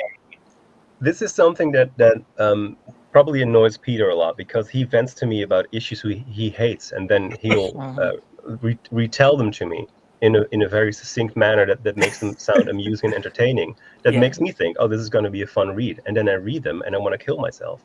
So please don't think that any joy is to be I had. just want to say, overall, I enjoy Spectacular Spider-Man, but it is hit and miss. Okay. That's fair. It's like a sandwich that's I'm not gonna. Jess doesn't Well, like this it's kind of like humor. it's like It when you started off go. well, It's then like it was when you, bad, and then it's ended like okay. you go to your local sandwich shop, and sometimes you walk in, and that person behind the counter knows your order, and they serve it right up, and it's a good time. And then sometimes you go in, and they're having an off day, and you're like, "Wow, there's only 1/3 of the turkey here that I'm used to." Like that situation. Okay, I get that. You know, but as I often tell people, us comic book collectors, we're in a Stockholm syndrome situation, Yeah. and I'm not here. I have not picked up any Amazing Spider-Man since the last series ended. Yeah, same. You know, I'm just staying the hell away from it. I'm making a stand, a very lonely stand. A few people have joined me. I want to encourage many people to join me because Marvel only cares if the wallets hurt. Tom Breverport, that a-hole, Tom Breverport, I said it here, folks. Fight me, Tom. Tom Breverport came out and said, well, Amazing Spider-Man is still selling great, blah, blah, blah, blah, blah. I'm like, please go eat your own butthole. Like, I'm so angry with him. And I remember several years ago where the vice president of Marvel said at the Diamond Breakfast, if it's bothering you so much, cut your orders to the bone. And let me tell you, people listened to him that year and they cut those orders to the bone on Marvel. And Marvel got all shook up by the following year. All shook up. So that's it. People say, oh, but Cliff, oh, but then I don't want to hear no, but nothing. If Amazing Spider-Man has 500,000 variant covers, don't buy a damn one of them. Just run. But the FOMO, I don't give a damn. You leave it. Mess with their money. I haven't heard. I hope I made the point clear. Yeah, I haven't heard. Wait, who's the new writer for Spider-Man? Joe Kelly. Joe Kelly. Okay. Who I loved on Superman many years ago, by the way. Yeah, I love Joe Kelly's Deadpool, and I love Joe Kelly's Spider-Man Deadpool. And I love Joe Kelly. You know that issue of Wonder Woman that I really enjoyed that Phil Jimenez did, where Lois interviews Wonder Woman for a day? Joe Kelly wrote all of the Lois lines, and Phil Jimenez wrote all of the Wonder Woman lines. Oh, And I love that. that's a cool tidbit. Okay. Well, I never heard anything good about the Zeb Wells Spider-Man. No. There's one good thing there were some fun things. I'll give him that. But the one good thing is in Avengers versus X-Men versus Eternals, when Gwen is back from the dead talking to Peter. That was such a great issue. It was the best, in my humble opinion, the best thing he wrote in all, how many freaking issues of Amazing Spider-Man they stuck him with. It was the best freaking one. So good. Where's that collected? In Axe. The first In Axe? Yeah, I know you don't know. It's in Axe, the omnibus? I think so. Maybe it's in the Axe omnibus. That sounds familiar. Yeah. But it is my favorite issue. And I saw Zeb. I told him it was my favorite issue. And I even told him that this series has gotten a little wonky. And he made such a face. You know? Like I was cutting him in half. But I told him that the Gwen issue was so good that everybody was talking about it. And I think that's what you really want. I feel like you want to be the writer that you hear everyone in the comic shops is talking about your book. And that week, that was the book we were all talking about. And we had a wonderful conversation. But based on that conversation, I feel like he never got to write the Spider-Man story he was hoping to tell. I felt the same way. Like, he definitely kept Mary Jane in there because he wanted to do something, but obviously was forced to do something else. Yeah, because because he is not this bad of a writer. He just isn't. That's what I thought. I've read stuff from him before. I mean, I've read Hellions run is the best part of Krakoa. Yeah. And I've in the Quest for Magic. No, or was it a New Mutants book? Quest for Magic, I think, is by it's a New Mutants book, Yeah, and I like that a lot. Oh, he wrote a really incredible episode of She-Hulk as well, and he's responsible for Cody Sigler being a writer on She-Hulk and then on Marvel, Marvel Comics. Okay. So, he's obviously good at talent and good at seeing talent. Yep. Did any of you ever watch Supermansion? Because that was his show. He created that and wrote all of it. Which one? Supermansion? No. Supermansion, yes. So it is a very oh my god, hold on. Oh my god, it's like claymation animated CGI. Who does that? Oh my god, why is the name not coming?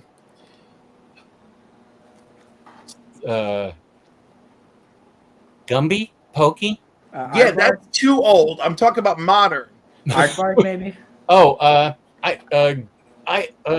Horace and Grimley or whatever that is. That's Aardvark Studios. Okay. Wallace and Gromit? Yeah, Wallace and Gromit. And again, anyhow, the point is, I highly recommend you check it out.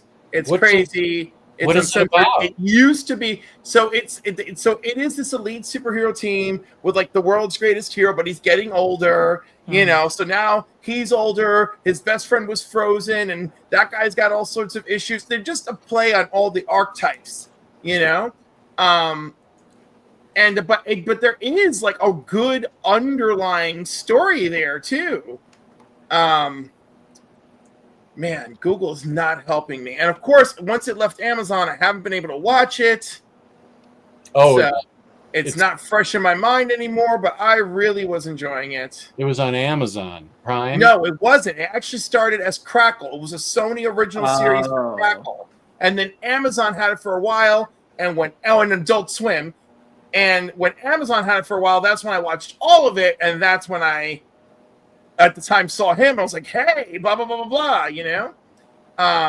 You could buy the episodes. That's what I'm seeing from Google. But I really enjoyed it. And of course, they go back and forth to when, Bryan Cranston is the main character, Titanium Rex, Awesome. I have never heard of this show. Yeah, and this is this is all him. And Chris Pine does a few voices on the show. Oh. And Zeb Wells does a voice as well, but I'm not going to say what character. Oh, and oh my gosh, Keegan Michael Key is American Ranger, who of course is a knockoff of Captain America, and Black Saturn is like a Batman knockoff, Anyhow, I liked it's like really goofy adult, like very Adult Swim designed shtick, but there is like such a good plot that he set up. There's even a Christmas special with a Mixoplick like character that's really well done. You know. All right, I'm going to put it in my phone right now. Yeah. All right. Talking about Superman. Robot Chicken, the specific show I had in my mind. Oh, Robot Chicken. oh, I love how angry you get. Superman. It's not anger, it's passion. yeah. And sometimes it is anger. But but it's mostly passion.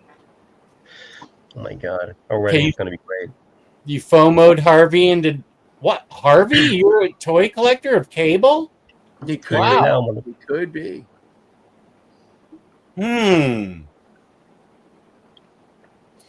Yeah. How many pouches? Here's the Council of Comics.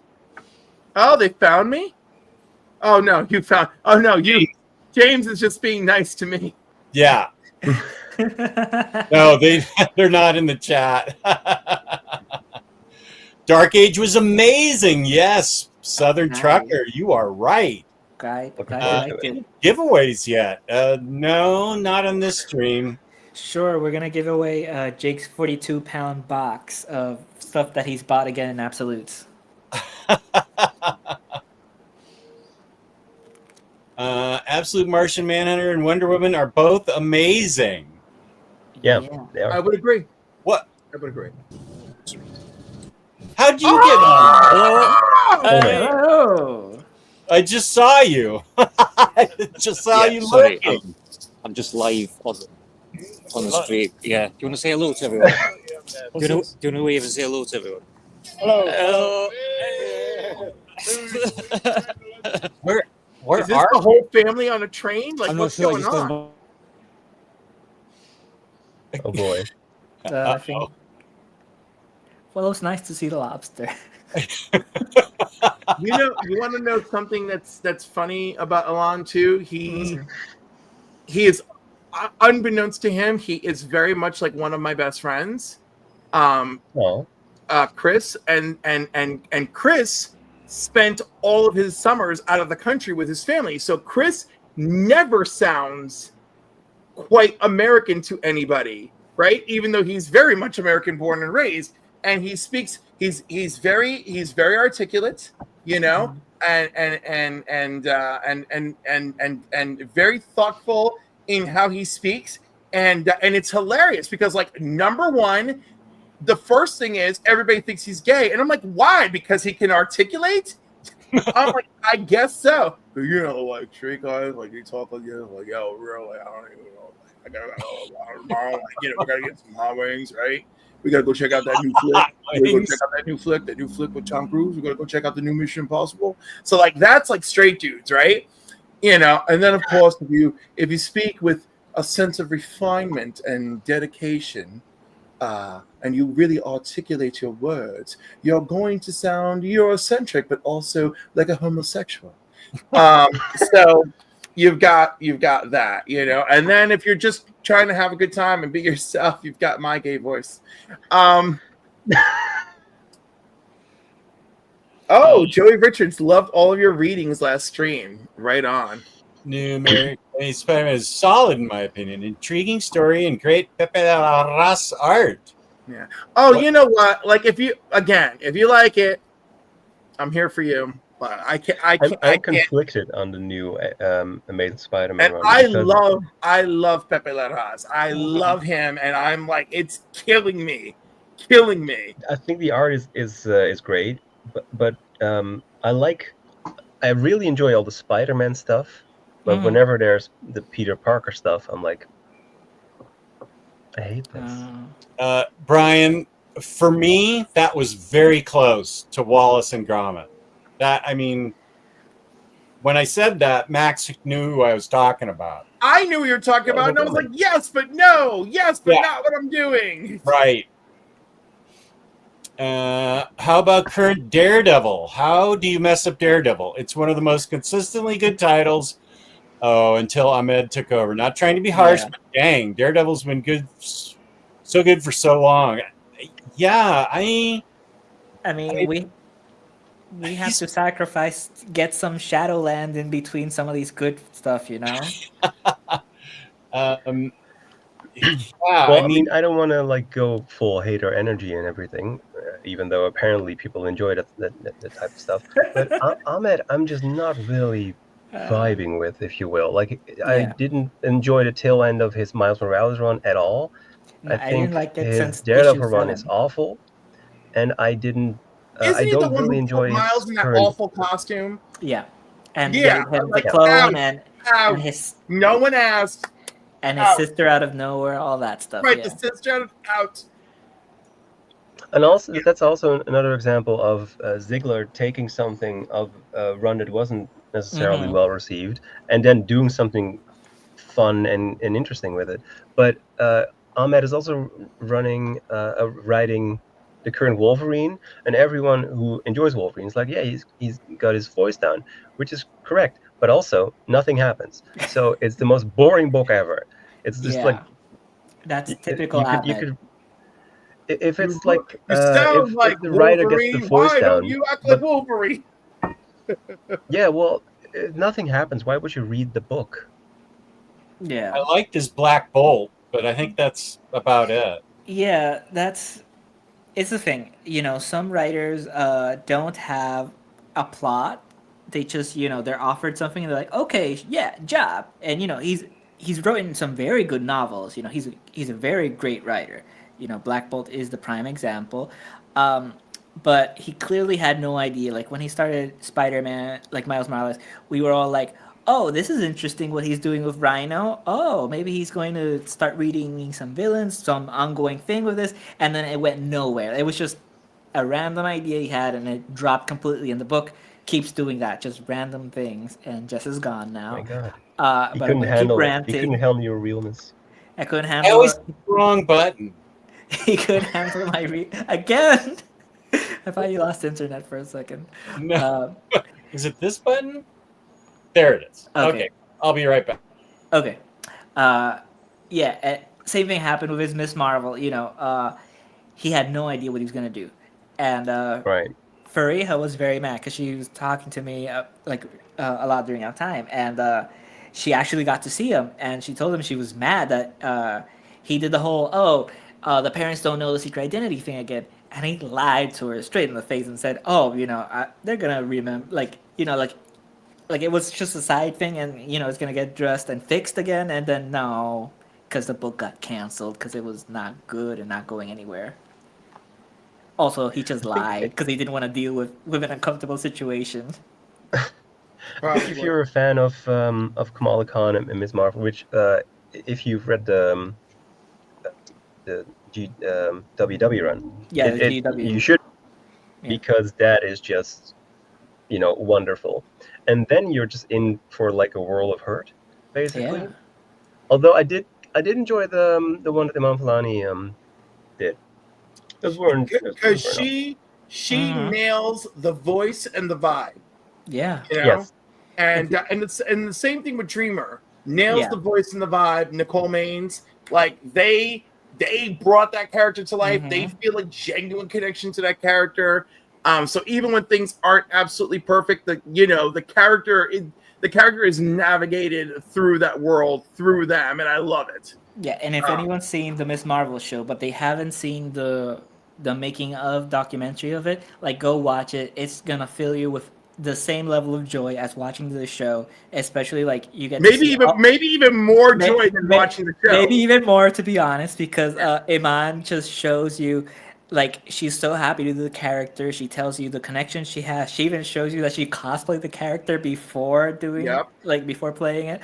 Uh, so she's a super fan, and she knows what it means to people because it means that to her. And Yeah. I Yeah. feel that's the issue. Like when some people take like an iconic character and they're like, "Oh, of course, I'll write Wolverine," and it's like, "Oh, but you haven't really thought And, out but you know, where you want to go. the fact that when she first saw Miss Marvel, she thought to herself, "Wow, a character that's me." Yeah. Right, and then she never dreamed like it's gonna be me. And then like her aunt found out through a WhatsApp group and like told her about it, and she had like it was the last day to put in the video, and she sent the video on the last day, and they're like, "Yo, girl, come on in, we want to talk to you." Yeah, that's incredible. No, I love her, and it's really funny because you know part of what I love about that show is like you know you can have different cultures and different dynamics, but certain things remain the same. And like her family still felt like my family when I was watching it. I don't know. I've grown to really like them. Yeah, I like her. You know, it's so funny. I am actually a big defender of the Marvels movie. I like it. I own it. I've watched it many times. I love that movie. So most of my friends hate the musical number, right? Oh, it's the best part. And which I think is funny because I can actually choke down the musical number and keep it going. The part that I absolutely hate with fury, the cats. I'm so angry. And with the cat, like, I'm like the flirkins can go flirt themselves. I am just like it just bothers me so much. And I swear to God, in the movie theater, when the first time Carol is coming back to the first time Carol and Monica are coming towards that ship right before they have the showdown with what's her name? With Bardem, right? Yeah. Well, no, hold on. Okay, no, I'm confusing. There's a moment where she reaches out with the hand, but she does not have the bracelets at all, right? Okay. And in the movie theater, I noticed that, and I was like, "Oh, that's cool. Is this their way of like showing us that like that power is hers?" You know? And then when I own it on video at home, that is not the way I remembered it, and I'm like, I saw this in the theater twice, but whatever. So. When she reached out, the bracelets were on? They were not on. And now they don't even show her reaching out. You know? In the home version, yeah, they just show them getting guided in, but they don't show her doing it with her hand. They just show it just happen. And I'm like, this is weird, but okay. But overall, I really love the movie. I'm sorry that it took those two non-serious turns. I thought everything else was great. I thought, you know, you didn't have a lot of time to allow these characters to bond, but they chose a great system of allowing them to bond by using that stupid device. I do want to push back a little bit on you saying two non-serious moments when there's an entire planet where people sing as a language. That was one of the two non-serious moments. Oh, okay. Yeah, there were more non-serious than that, weren't they? A lot of the Nick Fury scenes were pretty funny. Yeah. And just, no, that's just a hodgepodge. That's just a what do you call it? The Nick Fury being funny is just the stew boiling over from the pot of the cats. You know what I'm saying? Like I could be more annoyed. Like where the hell is Nick Fury's wife? Like how dare you put me through that garbage secret invasion and his wife is nowhere to be seen or mentioned. I have so many that we don't address Secret Invasion anymore. I know, but I actually liked his wife. That was one of the things I liked from Secret Invasion. Like, you bastards. Like, pick up the crumbs of what you did well and just let's forget about that. They did that with the Thunderbolts. They picked up the crumbs of what they did well and they made the Thunderbolts. You know? I love Thunderbolts. I love Thunderbolts too. And everybody's going to see Mission Freaking Impossible. I hope he chokes on a dick and dies. That's what I want. So anyhow, that would be a twist. I wouldn't see that. That would be the twist that I want above everything else. You know, after all the years of him dodging the rumors, that's how I want him to go out. Not as an action star, at home, on his knees, choking, heart attack, right there. And I hope it's being recorded. And you want that to be part of the film? Huh? You want that to be part of the film? Just the final act is just no. I don't want it to be part of the film. I just want it to be all. I just want it to be all over the news and like everybody going. Ah! I want all the clear. I want the. You know, I shouldn't be so mean. You know, I shouldn't be so mean. And you know what? And Freddie, you're right. He has been a wonderful advocate for cinema, and I shouldn't be so hard on him just because he was rude to me so many years ago at Donna Karen while my friend was an intern there. But he was so tiny. Anyhow.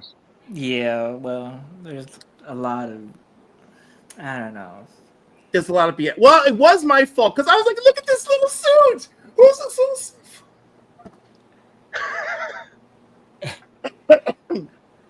And then there he was, standing right next to Donna Karen. And then there I was, standing somewhere I wasn't supposed to even be in the building. Well, there's your plot twist. And there's your plot twist. It was all very bad.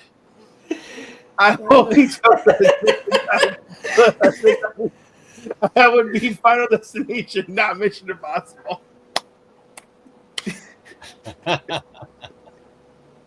Listen, if it's the right penis, it could be Mission Impossible. Oh boy. Good heavens. But back on track, back on a little bit of track. Howdy. I enjoyed the fun of the Marvels. I thought there was a lot of fun moments in the Marvels. It's totally and that's fine, but I felt like that Marvel knew how much scrutiny it had been under. I really feel they should have steered away from too much hokiness, and it really didn't matter because everybody was complaining about it from even before. I know, but I want it to matter to me. Like I want it to matter to me. Like if the Thunderbolts does not hit 700 million or a billion or whatever the hell they're looking for. I think it's 700. I know I enjoy the Thunderbolts. Yeah. You know, the Thunderbolts passes all of my tests. You know, not Love and Thunder. Oh, I love not Multiverse of Madness. I loved both of those movies. Did you really love them? I get the hate of multiverse, but yeah, no. I don't. Thunder's great. I saw it with a good friend, Tyler Blunt, who these guys know. My hero. Yeah, when he. Is that your hero? My hero. Yeah. Because he forced you to watch a Dragon Ball Z episode. He's everyone's hero. And we legit had a lot of fun, and I thought it was I don't know, we just really enjoyed it. And then when I went back afterwards, like to chat with people online, there was nothing but hate for that movie, and I was like, how could we vary so wildly in our opinions of this movie? Well, did you read those storylines? Did you read about more the God Butcher? I did read God Butcher. Okay, but did you love it for what? I'm just saying, like, I am very well aware, like, I am conscious of the fact that he's totally neutered in this movie. Yeah. You know? Like, I'm just saying, like these two stories, like, I don't feel they belong together, but I could have executed them better for sure. I would be like, you're not doing that. You're not doing that. We're not doing that. Leave him naked. I still like that. We're not doing that. No, he's not going to fucking prance around in tutu. Get him better armor. Damn it. Do it again. Like, I would have been very directional. Very directional. Yeah, and also, I would have left in all the violence. I was like, I don't care if you're coming here with your kids. It's PG-13. Scare the shit out of them. Scare them. You know? Lop off somebody's head right in front of the children. Let's go, God of Thunder. Let's go. And you have this amazing actor who's in the movie far too little as a villain. And then you have the nerve, Marvel Studios, the nerve to put out a Captain America movie, right, where you give 50% of the screen time, maybe even 51%, you disgusting pigs, 50% of the screen time to your villain. The Red Hulk / what's his name? Harrison Ford. Han Solo. He's all over that goddamn movie. We've never spent so much time with a Marvel villain ever, except Thanos. Thanos is the only exception to this rule because he was worth it. I didn't need to spend this much time with this man. I just need all this Thunderbolt Ross in my life. Y'all should have been more invested in your freaking lead, you know? But dialing back to which movie am I hating on right now? Thor: Love and Thunder. It was fun, but like it doesn't pass my rewatch. You know, I get annoyed. I wish they had either done two separate movies or they had just done this better and a little less hokey. The hokiness of that bothers me. The hokiness of the Marvels bothers me, but bothers me less. No, I love the hokiness in it all. Let me tell you why. I'm going to disagree with you. Because Captain Marvel, being a goddamn Disney princess, was phenomenal. The dancing, the dress, everything. I loved every moment. Oh, that was amazing. And Thor Love and Thunder, I went with friends, and I had the same experience afterwards with Jess, where I enjoyed it, and I thought they did. And they were all horrified. They're all disagreeing with me, but they laughed the entire movie. They laughed every single time one of those goats shrieked, and then they're complaining that they shrieked too much. You laughed every single time. You sat, you guys sandwiched me. But that could be bad laughter. Okay, you gotta. Oh no, it really wasn't. Are you sure? Okay, so I only learned about bad laughter late in life.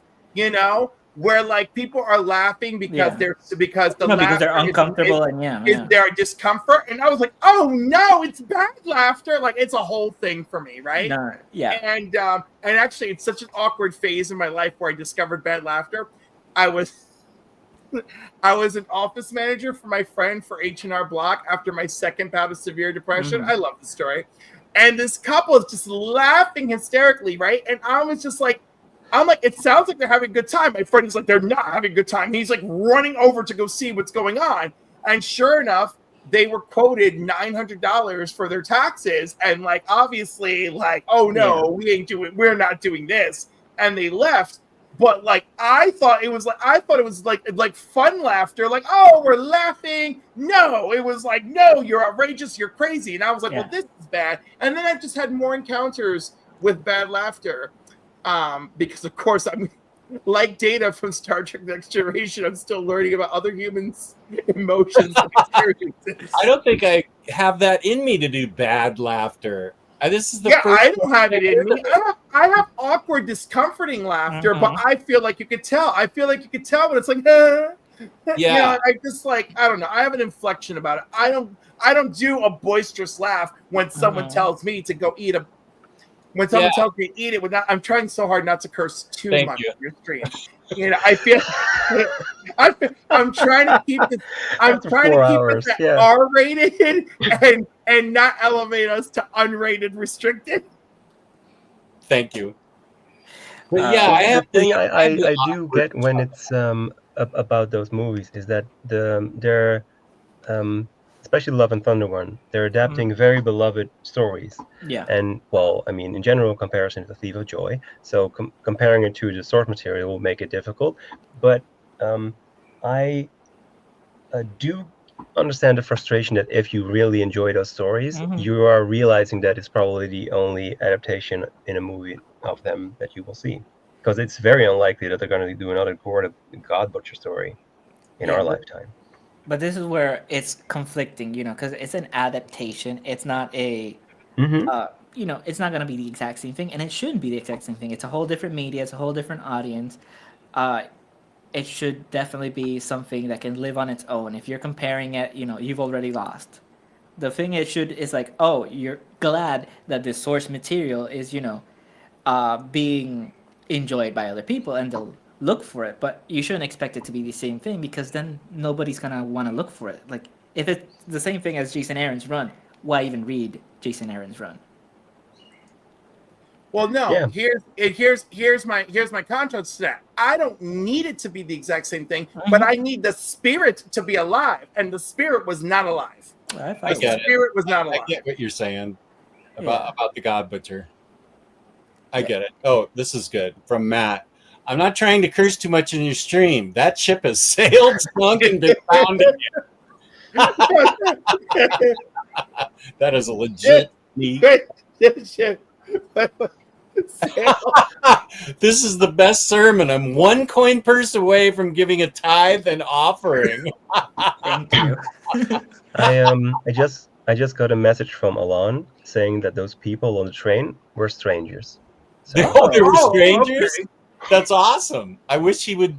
We could get him back on. Yeah. Yeah, he said he won't be home for another 2 that bastard. He looks good in red, that bastard. Oh yeah. He was You putting know? all the colors of the wind. Well, no, he does, but like I was already looking to get him that Smallville jacket, but you know, that whole heterosexuality thing ruined that for me. And like, Really, Yeah. and really running you theme. want He no, was you so wanna know close to getting that jacket. Do you want to know what's messed up? So I have this acquaintance, who I've known for a long time. Oh, I was close to getting that jacket. You don't know. I have this acquaintance I've known for a long time. I've got like 2 stories actually. The acquaintance I've known for a while, and so she got married at 19, right? Oh, that's too young. And she's going through a separation now, and she's 33, right? And they never had kids. And she joined an online musicians group, and this guy that she's like been flirting with for over a year, he's in the UK. So homegirl just said, you know what? We've been talking for a year. I'm going to the UK to visit him. So we're like, girl, leave your location settings on. We got to be worried about you. We got to make sure you're okay. Isn't this? I was like, isn't this how all those stories start off on that Netflix series where they go missing? You know. Yeah. So she's messaging us from the airport here, and it's great. And she takes off, and then she swears that her location is on, but she actually shared her location with some rando, and it was terrible. So we're like desperately looking for her for like 6 hours, and we're like, it's 3 p.m. in the UK. She's got to be okay. Keep messaging her. So like we're all about it, and she's like, I'm having lunch. I'm fine. And we're like, girl, you didn't share your location with her, girl. And she's like, oh my god. So she fixed it, and we could see her. And then she had a wonderful trip. The guy is lovely. She's head over heels with him. They just had the most. And I'm like, I want this. God damn it! I'm super happy for her because she's known nothing else since she was 19. But like, where is my international romance? You know, like what the hell? So that's strike 1. Strike 2 for me, where like I feel like the universe hates me. You can't establish a cinematic universe without certain tone and then just throw it away. God Butcher is too dark for what the MCU established and expected. That said, Love and Thunder went too far in the other direction and got too silly. I will agree with you, Michael. Anyhow, so now the other thing. So, you know, my friend, the widower, his husband passed over a year ago. And, you know, and he's like, you know, we're really trying to reconnect, blah, blah, blah, blah, blah, blah, blah. Like, we have a group chat. The 3 best friends and the husband. We all have a group chat, checking in with everybody, blah, blah, blah, right? His company has a group from Texas coming to train. In that group from Texas is this hot little Puerto Rican Texan, right? There's a problem with the hotel. They ask if anyone has room in their home so that they can get the extra person to stay in their home, and they will pay said person the fee for this person that they would have paid the hotel. My friend agrees because his lonely ass in his house that is empty now because it used to be him and his husband and now it's just him. He's like, absolutely. So this guy has everything in common with him. They're both gearheads. They love cars. They love motorcycles. They love mechanics. They love taking things apart, building things. And anyhow, after 48 hours, this guy is like, oh, you know, like it just dawned on me that you're gay because you told me all about your husband and whatever. And I don't want this to be awkward, you know. And now he is getting paid for this guy to live in his house while he trades, and they're making out every night. And I'm like, why are all these stories happening to everyone but me? I am doing life so wrong, and I'm so mad at myself. Maybe Heroes Con will turn things around. Yeah, no, I don't. You know damn well it won't. I have not. Could you just No, with that imagine attitude. at Heroes Con, I'm like, I've given up on this crap. I'm going to be lonely forever. And it's like, why are you hooking up with Scotty Young in the other room? And I'm like, I didn't know it was Scotty Young.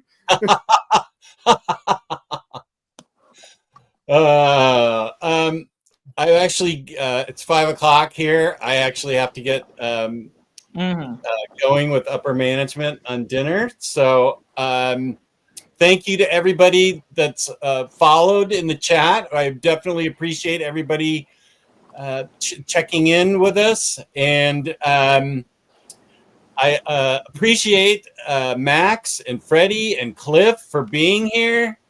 There's Cliff on Comics YouTube, Cliff the Council of Comics, Max's YouTube, Max's Instagram.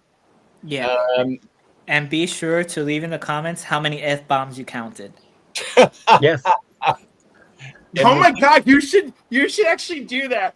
Come back, comment all the F-bombs, and then we'll give them something. Yeah, yeah.